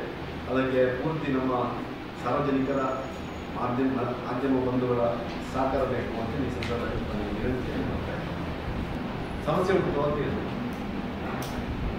ನಾನು ಹೇಳುವಂಥದ್ದು ಅವರ ಪರಿಹಾರ ಕೊಟ್ಟಿದ್ದಾರೆ ಇನ್ನೊಂದು ಗೊತ್ತಿಲ್ಲ. ಅವರು ಘೋಷಣೆ ಮಾಡಿದ್ದು ಮನೆ ಪೂರ್ತಿ ಹೋದವರಿಗೆ 120 ಕೊಡ್ತಾರೆ. ನಿನ್ನೆ ನಾನು ಕೊಟ್ಟಿದ್ದೇನೆ ಅಂತ ಹೇಳಿದ್ದಾರೆ. ಆದರೆ ಜಿಲ್ಲೆಯಲ್ಲಿ ಆಮೇಲೆ ಮೀಟಿಂಗ್ ಮಾಡಿದಂತ ಉಸ್ತುವಾರಿ ಸಚಿವರನ್ನು ಇನ್ನು ಕೊಡ್ಬೇಕಷ್ಟೇ ಅಂತ ಹೇಳಿದ್ದಾರೆ. ಅದರಲ್ಲಿ 3,000ರಿಂದ ಆರಂಭ ಆಗ್ತದೆ. 3,000ರಿಂದ ಆರಂಭ ಆಗ್ತದೆ. 20,000. ನಾನು ಹೇಳುವಂಥದ್ದು ಅವರಿಗೆ ಸೂಕ್ತ ಪರಿಹಾರ, ಮಣ್ಣು ತೆಗೆಯಲಿಕ್ಕೂ ಪರಿಹಾರವನ್ನು ಕೊಡಬೇಕು. ಅವರ ಮನೆಗೆ ಬಿದ್ದಂಥ ಮಣ್ಣು ತೆಗೆಯಲಿಕ್ಕೆ, ಅವರ ಮನೆಗೆ ಎಷ್ಟು ಖರ್ಚಾಗಿದ್ದಾವೆ ಎಲ್ಲದು ಬಡವರ ಮನೆಗಳು. ಭಾಗಶಃ ಹೋದವರಿಗೆ 1 ಲಕ್ಷ ಕೊಡಬೇಕು, ಪೂರ್ತಿ ಹೋದವರಿಗೆ 5 ಲಕ್ಷ ಪರಿಹಾರ ಕೊಡಬೇಕು ಅಂತ ನಾವು ಹೇಳೋದು. ಉಸ್ತುವಾರಿ ಸಚಿವರು ಹೇಳಿದ್ದಾರೆ ನಮ್ಗೆ ಏನು ದುಡ್ಡಿನ ಕೊರತೆ ಇಲ್ಲ ಅಂತ ಹೇಳಿದ್ದಾರೆ. ಜಿಲ್ಲೆಯಲ್ಲಿ ಅಲ್ಲ, ದುಡ್ಡಿನ ಕೊರತೆ ಇಲ್ಲ ಅಂತ ಹೇಳಿದ್ದಾರೆ. 5 ವರ್ಷದ ಹಿಂದೆ ನಾವು ಕೊಟ್ಟಿದ್ದೇವೆ. ಏನು ಸಮಸ್ಯೆ ಇಲ್ಲ, ಕಾನೂನಿನ ತೊಡಕಿಲ್ಲ. ಯಾಕಂದ್ರೆ ಹಿಂದೆ ಕೊಡ್ಬೇಕಾದ್ರೆ ಕಾನೂನು ತೊಡಕಿರ್ಬೇಕಿತ್ತಲ್ಲ. ಮೊನ್ನೆ ಪತ್ರಿಕೆಯವರಿಗೆ ಹೇಳಿದ್ದೇನೆ, ಮೊನ್ನೆ ನಡೆದಂತ ಮೇಯಲ್ಲಿ ನಡೆದಂತ ಕುಂಭದ್ರೋಣ ಮಳೆಗೆ ಆ ಒಂದು 5-6 ಗ್ರಾಮಗಳನ್ನು ರಾಷ್ಟ್ರೀಯ ವಿಪತ್ತು ಘೋಷಣೆ ಮಾಡಬೇಕು ಅಂತ ಹೇಳಿ. ಯಾಕಂದ್ರೆ ಆ ರೀತಿಯಾಗಿ ಕೊಡಗಲ್ಲಿ, ಮಡಿಕೇರಿಯಲ್ಲಿ ಯಾವ ರೀತಿ ಗುಡ್ಡ ಜರಿತ ಆಗಿಲ್ಲ, ಲ್ಯಾಂಡ್ ಸ್ಲೈಡ್ ಆಗಿಲ್ಲ, ಮನೆಗಳಿಗೆ ಹಾನಿ ಆಗಿಲ್ಲ, ಅದೇ ರೀತಿಯಲ್ಲಿ ಇಲ್ಲಿ ಕೂಡ ಆಗಿದೆ. ದೇವರದಿಂದ ಜೀವಹಾನಿ ಆಗಲಿಲ್ಲ, ಆದರೆ ಬಾಕಿ ಎಲ್ಲ ಹಾನಿ ಆಗಿದೆ. ಜೀವಹಾನಿ ಹೊರತುಪಡಿಸಿ ಎಲ್ಲ ಅದಕ್ಕೆ ಸೇರಿಸಿದ್ರೆ ಇಲ್ಲದಿದ್ದರೂ ಸರ್ಕಾರಕ್ಕೆ ಕೊಡ್ಬೋದು. ಸರ್ಕಾರಕ್ಕೆ ಕೊಡ್ಬೋದು. ಬೇರೆ ಬೇರೆ ಸರ್ಕಾರಕ್ಕೆ ಕೊಟ್ಟಿದೆ. ಚಾನೆಲ್ ನೈನ್ ಕೋಸ್ಟಲ್ ಎಕ್ಸ್‌ಪ್ರೆಸ್ ಮುಂದುವರಿಯುತ್ತೆ ಸಣ್ಣ ವಿರಾಮದ ಬಳಿಕ. ಕಳೆದ 20 ವರ್ಷಗಳಿಂದ ಸಿಲ್ಕ್ ಸಾರಿ ಮತ್ತು ರೆಡಿಮೇಡ್ ಬಟ್ಟೆಗಳಲ್ಲಿ ವಿಶ್ವಾಸ ಗಳಿಸಿರುವ ಎಂಪಿಎಸ್ ಸಿಲ್ಕ್ಸ್ ನಲ್ಲಿ ಇದೀಗ ಬೃಹತ್ ಮಾನ್ಸೂನ್ ಸೇಲ್ ಪ್ರಾರಂಭ. ಗ್ರಾಹಕರ ಅಭಿರುಚಿಗೆ ತಕ್ಕಂತೆ ಉಡುಪುಗಳ ಮೇಲೆ ವಿಶೇಷ ರಿಯಾಯಿತಿ ಹಾಗೂ ಒಂದು ಕೊಂಡರೆ ಒಂದು ಉಚಿತ. ನಮ್ಮಲ್ಲಿ ಎಲ್ಲಾ ರೀತಿಯ ಮಹಿಳೆಯರ, ಪುರುಷರ ಮತ್ತು ಮಕ್ಕಳ ವಿವಿಧ ವಿನ್ಯಾಸದ ಉಡುಪುಗಳು ಲಭ್ಯವಿದೆ. ಸೂರತ್ ಸೀರೆ, ಫ್ಯಾನ್ಸಿ ಮತ್ತು ಕಾಟನ್ ಸೀರೆ, ಕಾಟನ್ ಸಿಲ್ಕ್ ಸೀರೆ, ಕಾಂಜೀವರಂ ಸಿಲ್ಕ್, ರೇಷ್ಮೆ ಸೀರೆ, ಸಾಫ್ಟ್ ಸಿಲ್ಕ್ ಸೀರೆ, cotton chudi, branded leggings, long top, cotton kurti, casual shirt, branded shirt, jeans pant, branded pant ಲಭ್ಯವಿದ್ದು ಆದಿತ್ಯವಾರವೂ ನಮ್ಮ ಮಳಿಗೆ ತೆರೆದಿರುತ್ತದೆ. ಮಾನ್ಸೂನ್ ಸೇಲ್ನ ವಿಶೇಷ ಆಫರ್ ನಿಮಗಾಗಿ.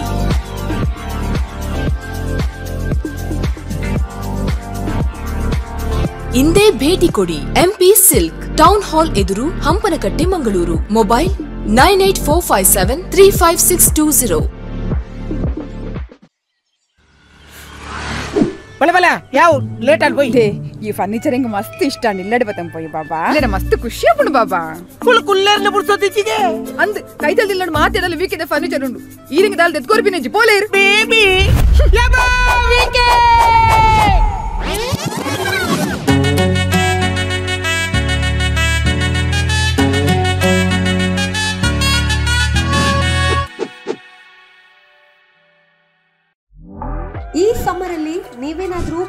Ice cream ಪಾರ್ಲರ್ನ ಹುಡುಕಾಟದಲ್ಲಿದ್ದೀರಾ? ಹಾಗಿದ್ರೆ ದೇರಳಕಟ್ಟಿಯಲ್ಲಿ ನ್ಯೂ ಆಗಿ ಲಾಂಚ್ ಆಗಿದೆ ಮುಂಬೈನ premium brand ice cream Apsara ice cream.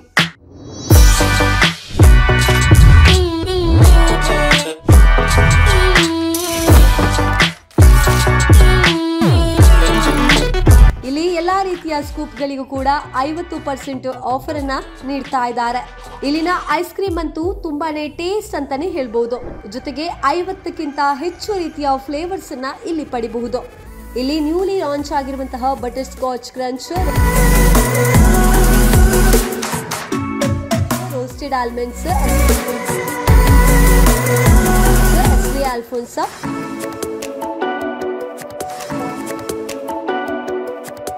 ಗುವಾ ಗ್ರೋವ್ರಿ, ಹೀಗೆ ನಿಮ್ಮ ಇಷ್ಟದ ಐಸ್ ಕ್ರೀಮ್ ಫ್ಲೇವರ್ ಅನ್ನ ನೀವು ಪಡೆಯಬಹುದು.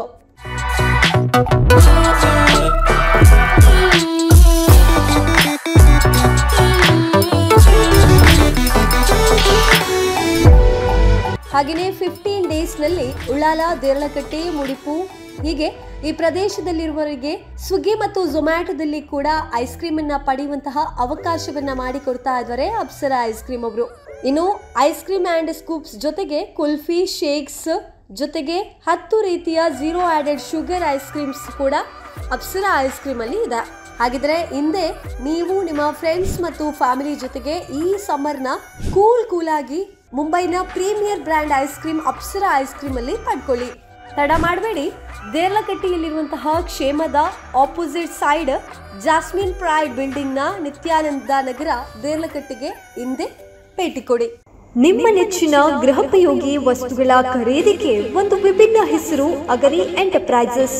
ನಮ್ಮಲ್ಲಿ ವಿಭಿನ್ನ ಶೈಲಿಯ ಫರ್ನಿಚರ್ಸ್, ಅಡುಗೆ ಮನೆ ಸಲಕರಣೆಗಳು, ವಿವಿಧ ಕಂಪನಿಗಳ TV, fridge, washing machine, home theatre, DVD ಮುಂತಾದ ಎಲೆಕ್ಟ್ರಾನಿಕ್ ಸಾಮಗ್ರಿಗಳು ಮಿತ ದರದಲ್ಲಿ ಲಭ್ಯ. ನಿಮ್ಮ ಸೌಲಭ್ಯಕ್ಕೆ ತಕ್ಕಂತೆ ಕಾಂಬಿ ಆಫರ್ಸ್, ಎಕ್ಸ್ಚೇಂಜ್ ಆಫರ್, ಹಣಕಾಸಿನ ವ್ಯವಸ್ಥೆ ಹಾಗೂ ನಿಮ್ಮ ಮನೆಗೆ ಉಚಿತ ಡೆಲಿವರಿ ಇದು ಅಗರಿಯಲ್ಲಿ ಮಾತ್ರ.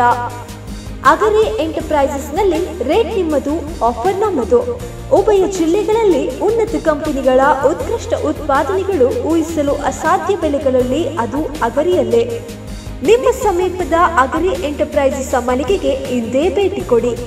Hosabittil, Surathkal, opposite Govindas college, Surathkal, behind bus stand, Moodabidri. ಶಿಫ್ರಿಕೆರೆ ತೆಂಕ ಎಡಪದವು. ಬನ್ನಿ, ಅಗರಿಯ ಹಬ್ಬಗಳ ಉತ್ಸವದಲ್ಲಿ ಪಾಲ್ಗೊಳ್ಳಿ. Agari enterprises.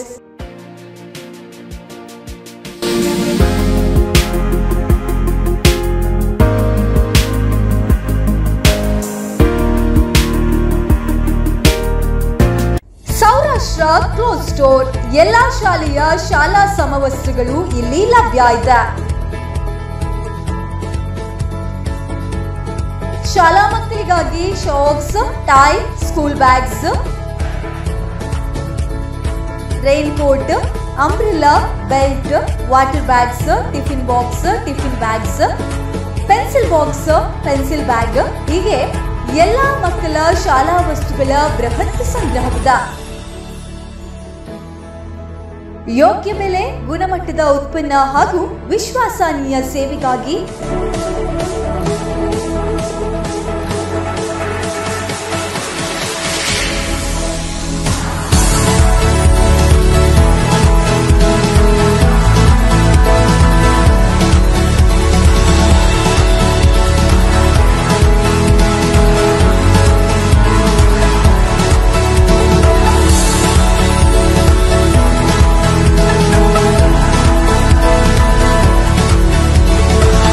Authorized dealer Saurashtra Clothes Store, Market Road, Mangalore. Mobile 8882424910.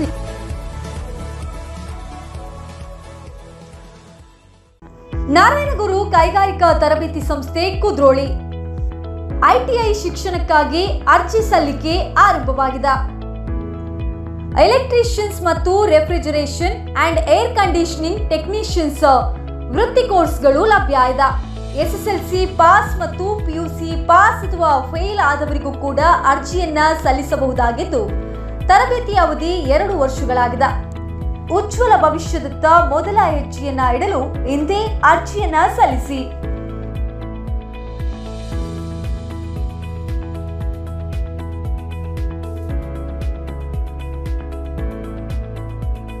ಹೆಚ್ಚಿನ ಮಾಹಿತಿಗಾಗಿ ಸಂಪರ್ಕಿಸಬೇಕಾದಂತಹ ದೂರವಾಣಿ 082424928447.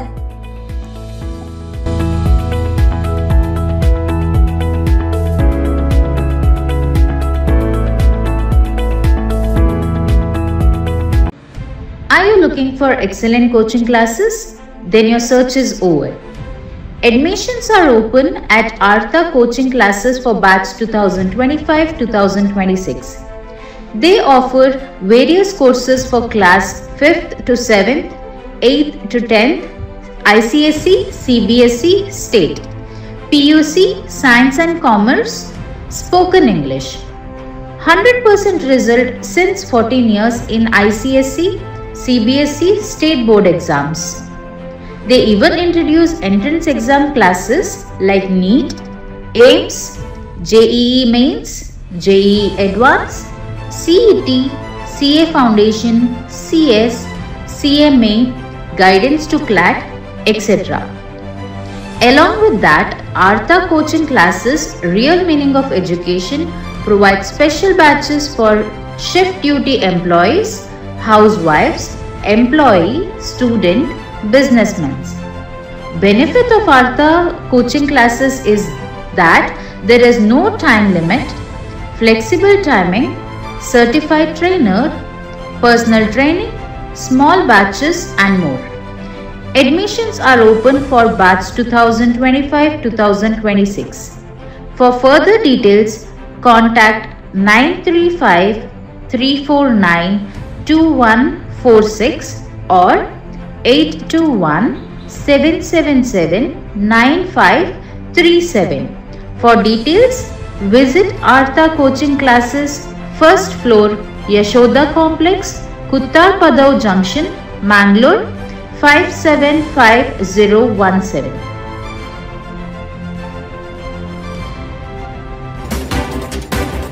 ವಿರಾಮದ ನಂತರ ಚಾನೆಲ್ 9 ಕೋಸ್ಟಲ್ ಎಕ್ಸ್‌ಪ್ರೆಸ್‌ಗೆ ಸ್ವಾಗತ. ಕೆಂಪು ಕಲ್ಲು ಗಣಿಗಾರಿಕೆಗೆ ಸಂಬಂಧಿಸಿ ರಾಯಲ್ಟಿ ಹೆಚ್ಚಳ ಮತ್ತಿತರ ಶುಲ್ಕಗಳಿಂದ ನಷ್ಟವಾಗ್ತಾ ಇದೆ ಎಂಬ ದೂರು ಕೇಳಿ ಬಂದಿದೆ. ಈ ಹಿನ್ನೆಲೆಯಲ್ಲಿ ಪಕ್ಕದ ಇತರ ರಾಜ್ಯಗಳಲ್ಲಿ ಯಾವ ರೀತಿ ಶುಲ್ಕ ಮತ್ತಿತರ ವ್ಯವಸ್ಥೆ ಇದೆ ಎಂಬುದನ್ನು ನೋಡಿಕೊಂಡು ಪ್ರಸ್ತಾವನೆ ಸಲ್ಲಿಸುವಂತೆ ಗಣಿ ಇಲಾಖೆ ಅಧಿಕಾರಿಗಳಿಗೆ ಸೂಚಿಸಿದ್ದೇನೆ. ಅದರ ಆಧಾರದಲ್ಲಿ ಸೂಕ್ತ ಕ್ರಮ ಕೈಗೊಳ್ಳಲಾಗುವುದು ಎಂದು ದಿನೇಶ್ ಗುಂಡೂರಾವ್ ತಿಳಿಸಿದರು. ನಾನು ಸಿಆರ್‌ಝೆಡ್‌ನಲ್ಲಿ ಮರಳು ತೆಗೆಯುವ ವಿಚಾರದಲ್ಲಿ ಶೀಘ್ರದಲ್ಲಿಯೇ ಸೂಕ್ತ ಕ್ರಮ ಕೈಗೊಳ್ಳಲಾಗುವುದು ಎಂದರು. ನೋಡಿ, ನಿಂತು ಇದೆ ಅಂತ ಹೇಳಿದ್ರೆ ಕಾನೂನು ಬಾಹಿರವಾಗಿ ಎಲ್ಲ ನಡೀತಾ ಇತ್ತು. ಈಗ ಕಾನೂನು ಚೌಕಟ್ಟಿನಲ್ಲಿ ಅದು ನಡೆಯುವಂಥದ್ದು ಆಗಬೇಕು. ಕಾನೂನು ಬಾಹಿರವಾಗಿ ಏನು ಇವತ್ತಿನ ದಿವಸ ಈ ವ್ಯವಹಾರ ನಡೀತಾ ಇತ್ತು, ಅದನ್ನು ಇವತ್ತು ಪೊಲೀಸ್ ಅವರು ಕಂಟ್ರೋಲ್ ಮಾಡ್ತಾ ಇದ್ದಾರೆ. ಅದು ಅವ್ರ ಕೆಲಸ ಅವ್ರು ಮಾಡ್ತಾ ಇದ್ದಾರೆ. ಇವತ್ತು ಈ ಮುಂದೆ ಏನು ಮಾಡಬೇಕು ಅಂತ ಇವತ್ತು ನಾನು ಸಭೆ ಕರೆದಿದ್ದೀನಿ. ಮೀಟಿಂಗ್ ಇದೆ ಇವತ್ತು ಸಂಜೆ ಮಂಗಳೂರಿನಲ್ಲಿ. ಕಾನೂನು ಚೌಕಟ್ಟನ್ನು ತೊಗೊಂಬರ್ಬೇಕು ಅಲ್ವಾ. ಇಲ್ಲೀಗಲ್ ಆಗಿ ನಾವು ಯಾವುದನ್ನು ಕೂಡ ಮಾಡಿ ಅಂತ ಹೇಳೋಕ್ಕಾಗೋದಿಲ್ಲ. ಇಲ್ಲೀಗಲ್ ಮಾಡೋದಕ್ಕೆ ಪ್ರೋತ್ಸಾಹವನ್ನು ಕೂಡ ಕೊಡೋಕ್ಕಾಗಲ್ಲ, ಅಥವಾ ಅದಕ್ಕೆ ನಾವು ಪರ್ಮಿಷನ್ ಕೊಡೋಕ್ಕಾಗೋದಿಲ್ಲ. ಆಯಿತಾ? ಅದರಿಂದ ಕಾನೂನು ಚೌಕಟ್ಟಿನಲ್ಲಿ ಹೇಗೆ ತರಬೇಕು ಅಂತ ಇವತ್ತು ನಾನು ಸಭೆ ಇಟ್ಕೊಂಡಿದ್ದೇನೆ. ಆ ಸಭೆ ನಂತರ ಮುಂದೆ ಏನೇನು ಬರ್ತದೆ ಅದು ನಾನು ಆಮೇಲೆ ತಿಳಿಸ್ತೇನೆ.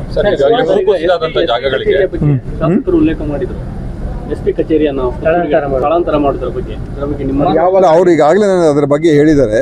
ಅದಕ್ಕೋಸ್ಕರ ಈ ಪ್ರಸ್ತಾವನೆಯನ್ನು ನಮ್ಮ ಗೃಹ ಇಲಾಖೆಯ ಜೊತೆನೂ ಕೂಡ ಚರ್ಚೆ ಮಾಡಿ, ಯಾಕಂತ ಹೇಳಿದ್ರೆ ಅದ್ರ ಬಗ್ಗೆ ಅನೇಕ ಜನರ ಅದಕ್ಕೆ ಅಭಿಪ್ರಾಯ ಕೊಟ್ಟಿದ್ದಾರೆ. ಈ ಥರ ಮಾಡಿದ್ರೆ ಒಳ್ಳೆಯದಾಗತ್ತೆ ಅಂತ, SP ಕಚೇರಿನ ಸ್ಥಳಾಂತರ ಮಾಡಿದ್ರೆ ಒಳ್ಳೆಯದಾಗತ್ತೆ ಅಂತ. ಅದನ್ನು ನಾನು ಗೃಹ ಸಚಿವರ ಜೊತೆ ಕೂಡ ಚರ್ಚೆ ಮಾಡಿ ಒಂದು ತೀರ್ಮಾನ ಮಾಡಬೇಕಾಗ್ತದೆ. ಭೂಕುಸಿತ ಆದಂಥ ಜಾಗಗಳಿಗೆ ಇನ್ನೂ ಹಿರಿಯ ಅಧಿಕಾರಿಗಳು ಯಾರು ಭೇಟಿ ನೀಡಲಿಲ್ಲ ಅಂತ ಹೇಳುವಂಥದ್ದು ಮತ್ತೆ ಕೇಳ್ತಾ ಇದೆ ಸಾರ್ವಜನಿಕರಿಗೆ. ಸಂತ್ರಸ್ತರಿಗೆ ಇನ್ನೂ ಪರಿಹಾರ ಈಗ 48 ಗಂಟೆಯಲ್ಲಿ ಏನು ಕೊಡಬೇಕು ಅಂತ ಆದೇಶಿದ್ರು. ನನಗೆ ಗೊತ್ತಿರುವ ಹಾಗೆ ಬಹುತೇಕ ಎಲ್ರಿಗೂ ಕೊಟ್ಟಿದ್ದಾರೆ. ವಿಧಾನಸಭಾ ಬಂದಿಲ್ಲ ಅಂತ ಹೇಳೋದು 72 ಜನರಿಗೆ 72 ಕಡೆ ಹಾನಿಯಾಗಿದೆ. ಮೊದಲನೇ ಹಂತದಲ್ಲಿ 72 ಜನರಿಗೆ ಕೊಟ್ಟಿದೆ. ನೆಕ್ಸ್ಟ್ ಶಿಫ್ಟ್ ಅಲ್ಲಿ ನನಗೆ ಗೊತ್ತಿರುವಂತದ್ದು ಈಗೆಲ್ಲ ಹಣ ನಮ್ಮ ಹತ್ರ ಇದೆ, ಹಣ ಬಿಡುಗಡೆ ಆಗಿದೆ, ಹಣ ಕೊಟ್ಟಿದ್ದಾರೆ ಅಂತ ಇವತ್ತು ನಂಗೆ ಮಧ್ಯಾಹ್ನ ಕೂಡ DC ಹೇಳಿದ್ರು. ನಾನು ಬೆಳಗ್ಗೆನೆ ಫೋನ್ ಮಾಡಿದ್ದೆ, ಅವ್ರು ಹೇಳಿದ್ರು ಇಲ್ಲ ಸರ್ ಎಲ್ಲ ನಾವು ಮತ್ತೆ ಇದುವರೆಗೂ ಏನೇನು ಬಂದಿದೆ ಕೊಟ್ಟಿದ್ದೀವಿ ಅಂತ. ಇನ್ನು ಅದಕ್ಕಿಂತ ಹೆಚ್ಚು ಮೊತ್ತ ಏನು ಕೊಡಬೇಕಾಗಿರ್ಬೋದು ಅದ್ರ ಬಗ್ಗೆ ನಾನು ನೋಡ್ತೀನಿ. ಅದರಿಂದ ನಮಗೆ ಹಣಕಾಸಿನ ಏನು ಸಮಸ್ಯೆ ಏನಿಲ್ಲ, ಹಣನೂ ಕೂಡ ಇದೆ. ಇದ್ರ ಪ್ರಕಾರ ಗೈಡ್ಲೈನ್ಸ್ ಪ್ರಕಾರ ಏನಾದ್ರು ಡಿಲೇ ಆಗಿದೆ ನಾನು ನೋಡ್ತೀನಿ. ಬಟ್ ಈಗಾಗಲೇ ಒಂದು ರೌಂಡ್ ಅಂತೂ ಎಲ್ಲರಿಗೂ ಕೊಟ್ಟಿದೆ. ಪುತ್ತೂರು ಒಂದೇ ಇಲ್ಲ, ಇಡೀ ದಕ್ಷಿಣ ಕನ್ನಡ ಜಿಲ್ಲೆಯಲ್ಲಿ ಎಲ್ರಿಗೂ ಕೂಡ ಕೊಟ್ಟಿದೆ. ಕಳೆದ ಒಂದೆರಡು ತಿಂಗಳ ತಿಂಗಳಿನಿಂದ ಪುತ್ತೂರು ತಾಲೂಕಿನ ಕೊಳ್ತಿಗೆ ಗ್ರಾಮದಲ್ಲಿ ಕೆಎಸ್ಆರ್ಟಿಸಿ ಬಸ್ಗಳ ಸಮಸ್ಯೆ ಉಂಟಾಗಿದ್ದು, ಈ ಬಗ್ಗೆ ಕೊಳ್ತಿಗೆ ಪಂಚಾಯತ್ ಅಧ್ಯಕ್ಷೆ ಶ್ರೀಮತಿ ಅಕ್ಕಮ್ಮನವರ ನೇತೃತ್ವದ ನಿಯೋಗವೊಂದು ಪುತ್ತೂರು ಕೆಎಸ್ಆರ್ಟಿಸಿ ಡಿಪೋ ಮ್ಯಾನೇಜರ್ ಅವರನ್ನ ಭೇಟಿಯಾಗಿ ಮನವಿಯನ್ನ ಸಲ್ಲಿಸಿತು. ಕೊಳ್ತಿಗೆ ಗ್ರಾಮದ ಜನಸಾಮಾನ್ಯರಿಗೆ ಕಳೆದ ಅನೇಕ ವರ್ಷಗಳಿಂದ ಸಂಚಾರ ವ್ಯವಸ್ಥೆಯ ಜೀವನಾಡಿಯಾಗಿದ್ದ ಕೆಲವು ಬಸ್ಗಳು ಕಳೆದ 2 ತಿಂಗಳುಗಳಿಂದ ತಮ್ಮ ಓಡಾಟವನ್ನ ನಿಲ್ಲಿಸಿದ್ವು. ಇದರಿಂದಾಗಿ ವಿದ್ಯಾರ್ಥಿಗಳಿಗೆ ಹಾಗೂ ಸಾರ್ವಜನಿಕರಿಗೆ ಅನೇಕ ತೊಂದರೆಗಳು ಉಂಟಾಗ್ತಾ ಇರುವುದನ್ನ ಮನಗಂಡಂತಹ ಕೊಳ್ತಿಗೆ ಗ್ರಾಮ ಪಂಚಾಯತ್ ಆಡಳಿತ ಅಧ್ಯಕ್ಷೆ ಶ್ರೀಮತಿ ಅಕ್ಕಮ್ಮನವರ ನೇತೃತ್ವದಲ್ಲಿ ನಿಯೋಗಕ್ಕೆ ತೆರಳಿ ಡಿಪೋ ಮ್ಯಾನೇಜರ್ ಜೊತೆಗೆ ಚರ್ಚಿಸಿತು. ಪ್ರಸ್ತುತ ಡಿಪೋದಲ್ಲಿ ಬಸ್ ಚಾಲಕರ ಹಾಗೂ ನಿರ್ವಾಹಕರ ಕೊರತೆ ಇರೋದು ಈ ಸಮಸ್ಯೆಗೆ ಕಾರಣವಾಗಿದೆ. ಇದೀಗ ಚಾಲಕ ನಿರ್ವಾಹಕರ ನೇಮಕಾತಿ ನಡೀತಾ ಇದ್ದು, ಮುಂದಿನ ತಿಂಗಳ ಜುಲೈ 1ರಿಂದ 80 ಮಂದಿ ಸಿಬ್ಬಂದಿಗಳು ಡಿಪೋಗೆ ಸೇರಿಕೊಳ್ಳಲಿದ್ದಾರೆ. ಜುಲೈ 1ನೇ ತಾರೀಕಿನಿಂದ ಮತ್ತೆ ಬಸ್ ಸೇವೆಯನ್ನ ಹಿಂದಿನಂತೆಯೇ ನೀಡಲಿದ್ದೇವೆ ಎಂದು ಡಿಪೋ ಮ್ಯಾನೇಜರ್ ನಿಯೋಗಕ್ಕೆ ಭರವಸೆಯನ್ನ ನೀಡಿದ್ರು. ನಿಯೋಗದಲ್ಲಿ ಗ್ರಾಮ ಪಂಚಾಯತ್ ಉಪಾಧ್ಯಕ್ಷ ಪ್ರಮೋದ್ ಕೆಎಸ್, ಸದಸ್ಯರುಗಳಾದ ಪವನ್ ಡಿಜಿ, ಶ್ರೀಮತಿ ವೇದಾವತಿ, ಶ್ರೀಮತಿ ಯಶೋಧ ಹಾಗೂ ಪುತ್ತೂರು ನಗರ ಯೋಜನಾ ಪ್ರಾಧಿಕಾರದ ಅಧ್ಯಕ್ಷ ಅಮಲ ರಾಮಚಂದ್ರ, ಪುತ್ತೂರು ಕಾಂಗ್ರೆಸ್ ಮುಖಂಡರಾದ ರಾಮಚಂದ್ರ ಸೊರಕೆ ಮತ್ತು ರವೀಂದ್ರ ರೈ ನೆಕ್ಕಿಲು ಉಪಸ್ಥಿತರಿದ್ದರು. ರಾಜಸ್ವ ಸಂಗ್ರಹದಲ್ಲಿ ರಾಜ್ಯಕ್ಕೆ ಬೆಂಗಳೂರು ಬಿಟ್ಟರೆ ಮಂಗಳೂರು 2ನೇ ಸ್ಥಾನದಲ್ಲಿದೆ. ಬಂಡವಾಳ ಹಾಕಿದಷ್ಟು ಹೆಚ್ಚು ಆದಾಯ ತರುವಂತಹ ಜಿಲ್ಲೆ ಇದು. ಕಾನೂನು ಸುವ್ಯವಸ್ಥೆ, ಸಹೋದರತ್ವ ಕಾಪಾಡಿಕೊಂಡ್ರೆ ಮಂಗಳೂರು ಬೆಳೆಯುವಂತಹ ಮಟ್ಟವನ್ನ ಊಹಿಸಲು ಸಾಧ್ಯ ಇಲ್ಲ ಎಂದು ರಾಜ್ಯ ಆರೋಗ್ಯ ಮತ್ತು ಕುಟುಂಬ ಕಲ್ಯಾಣ ಸಚಿವರು ಹಾಗೂ ದಕ್ಷಿಣ ಕನ್ನಡ ಜಿಲ್ಲಾ ಉಸ್ತುವಾರಿ ಸಚಿವರಾದ ದಿನೇಶ್ ಗುಂಡೂರಾವ್ ಅಭಿಪ್ರಾಯಿಸಿದ್ದಾರೆ. ಪುತ್ತೂರಿನ ದರ್ಬೆ ಸಮೀಪ ವಾಣಿಜ್ಯ ತೆರಿಗೆಗಳ ಇಲಾಖೆಯ ಸ್ಥಳೀಯ ಸರಕು ಮತ್ತು ಸೇವಾ ತೆರಿಗೆ ಕಚೇರಿ, 265 ಲೆಕ್ಕ ಪರಿಶೋಧನೆ ಕಚೇರಿ ಹಾಗೂ ಜಾರಿ ವಿಭಾಗದ ಕಚೇರಿಗಳ ವಾಣಿಜ್ಯ ತೆರಿಗೆ ಭವನವನ್ನು ಉದ್ಘಾಟಿಸಿ ಅವರು ಮಾತನಾಡಿದರು. ಕಟ್ಟಡಗಳು ಸುಸ್ಥಿತಿಯಲ್ಲಿದ್ದಾಗ ಕೆಲಸ ಮಾಡಲು ಅನುಕೂಲವಾದ ವಾತಾವರಣ ನಿರ್ಮಾಣವಾಗಿರುವುದರಿಂದ ಸರ್ಕಾರ ಉತ್ತಮ ಕಟ್ಟಡಗಳನ್ನು ಒದಗಿಸಲು ಗಮನ ಹರಿಸುತ್ತದೆ ಎಂದರು. ಮಂಗಳೂರು ವಿಭಾಗದಲ್ಲಿ ಸರಕು ವಲಯದ 35,000, ಸೇವಾ ವಲಯದಲ್ಲಿ 12,000 ಸೇರಿದಂತೆ ಒಟ್ಟು 47,000 ತೆರಿಗೆ ಪಾವತಿದಾರರಿದ್ದಾರೆ. ಇಲ್ಲಿ 3,100 ಕೋಟಿಗೂ ಮಿಕ್ಕಿ ತೆರಿಗೆ ಪಾವತಿಯಾಗ್ತಿದೆ. ಪ್ರಾಮಾಣಿಕ ತೆರಿಗೆ ಪಾವತಿದಾರರು ಇಲ್ಲಿನವರು ಎಂದು ಮೆಚ್ಚುಗೆಯನ್ನ ವ್ಯಕ್ತಪಡಿಸಿದರು.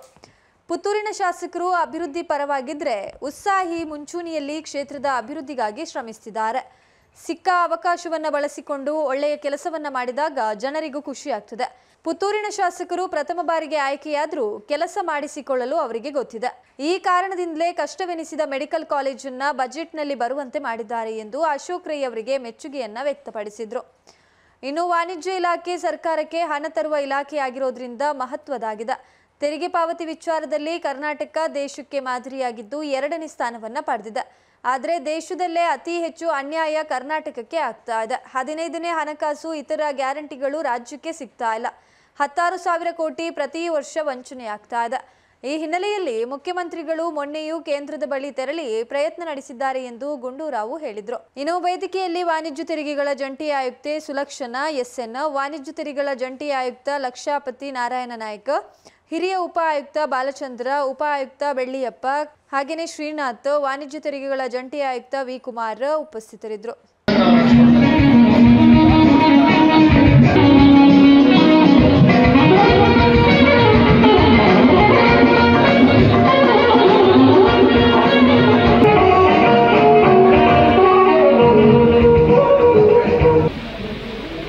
ಧನ್ಯವಾದಗಳು ಸರ್. ಮತ್ತೊಮ್ಮೆ ತಮಗೆ ಹೃತ್ಪೂರ್ವಕವಾದ ಸ್ವಾಗತ.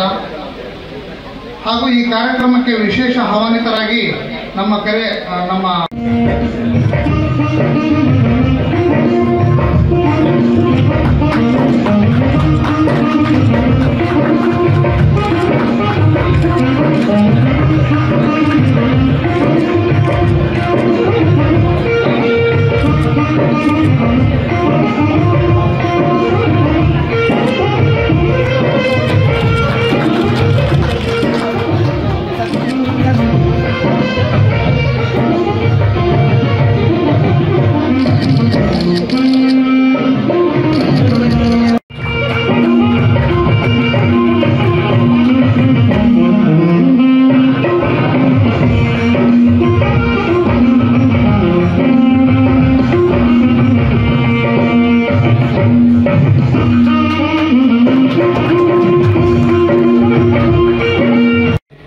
ನಾವೆಲ್ಲ ಬಹಳ ಸಂತೋಷದಿಂದ ಈ ಒಂದು ಹೊಸ ಕಟ್ಟಡದ ಉದ್ಘಾಟನಾ ಸಮಾರಂಭದಲ್ಲಿ ಭಾಗಿಯಾಗ್ತಾ ಇದ್ದೀವಿ.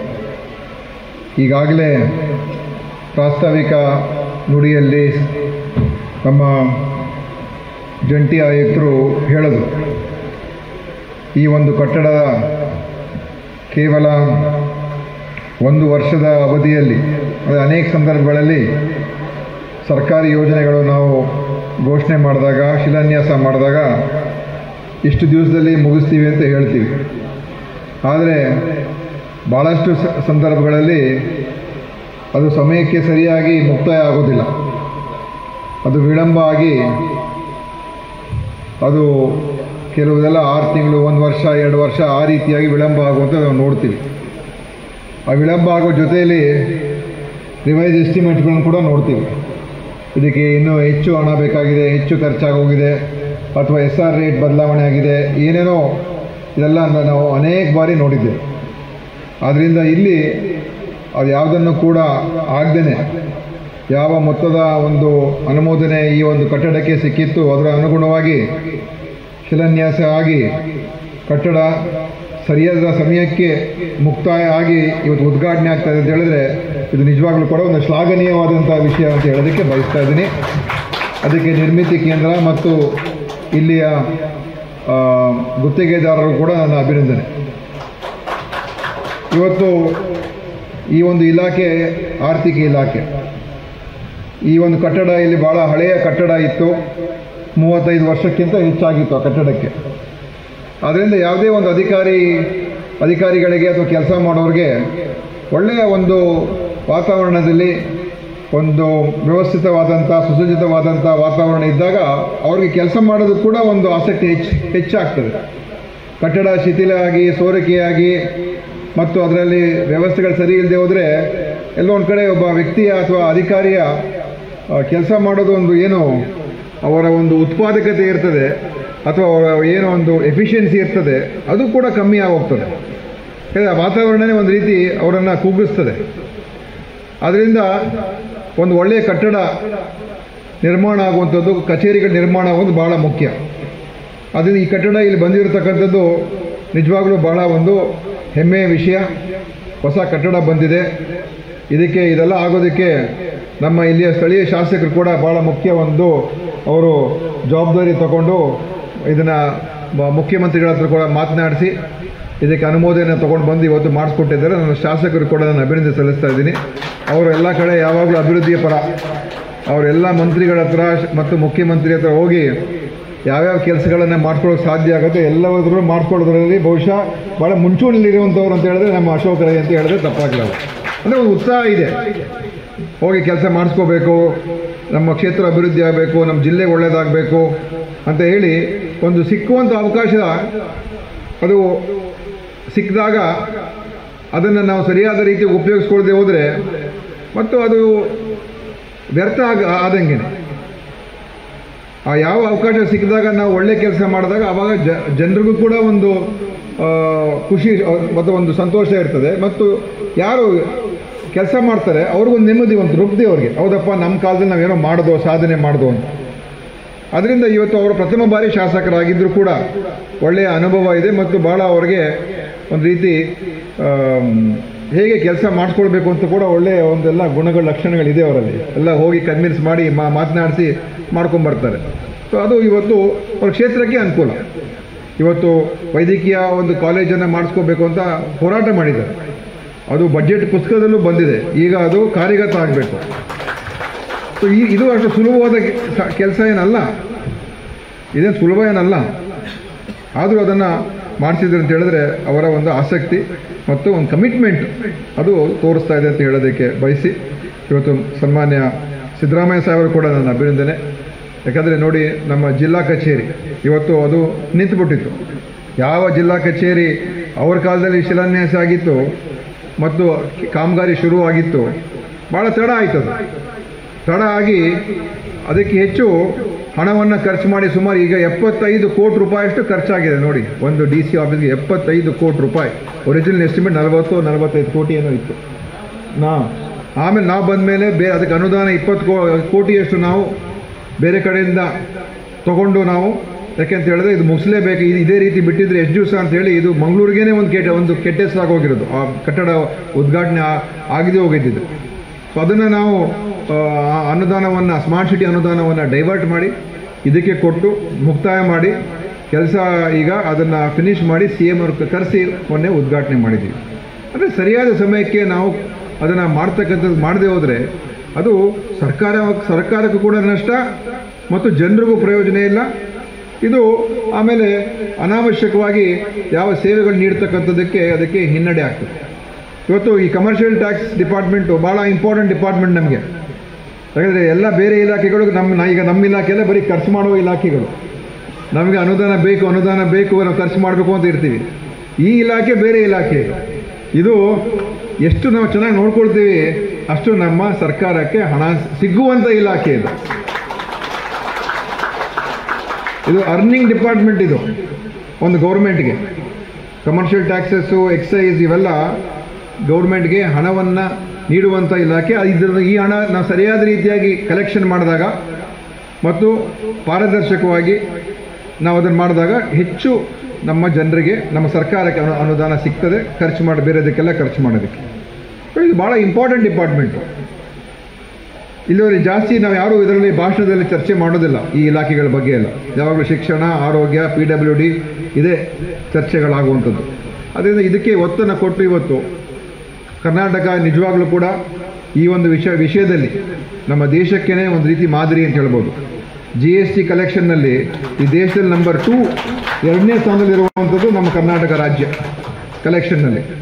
ಸೊ ನಮ್ಮಿಂದ ದೇಶದ ಒಂದು ಬೆಳವಣಿಗೆಯಲ್ಲಿ ಎಷ್ಟು ದೊಡ್ಡ ಕಾಂಟ್ರಿಬ್ಯೂಷನ್ ನಾವು ಕೊಡ್ತಾ ಇದ್ದೀವಿ, ಇದು ನಾವು ನೆನ್ಪಿಟ್ಕೋಬೇಕಾಗ್ತದೆ. ಇವತ್ತು ಮೊನ್ನೆ ಮುಖ್ಯಮಂತ್ರಿಯವರು 16ನೇ ಹಣಕಾಸಿನ ಆಯೋಗದ ಅಧ್ಯಕ್ಷರ ಜೊತೆ ಭೇಟಿಗೆ ಹೋಗಿದ್ದು ದೆಹಲಿಗೆ. ಕರ್ನಾಟಕಕ್ಕೆ ಕಳೆದ 7-8 ವರ್ಷದಲ್ಲಿ ಬಹಳಷ್ಟು ಅನ್ಯಾಯ ಆಗಿದೆ.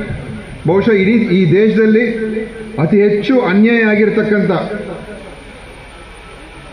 ಒಂದು ರಾಜ್ಯ ಅಂತ ಹೇಳಿದ್ರೆ ಅದು ನಮ್ಮ ಕರ್ನಾಟಕ ರಾಜ್ಯ. ಯಾವ ಪ್ರಮಾಣದಲ್ಲಿ ನಾವು ಕೇಂದ್ರಕ್ಕೆ ಹಣ ಕೊಡ್ತಾ ಇದ್ದೀವಿ, ಯಾವ ಪ್ರಮಾಣ ನಮಗೆ ದುಡ್ಡು ವಾಪಸ್ ಬರ್ತಾ ಇದೆ, ಬೇರೆ ಯಾವ ರಾಜ್ಯಕ್ಕೆ ಎಷ್ಟು ಅನ್ಯಾಯ ಆಗಿಲ್ಲ.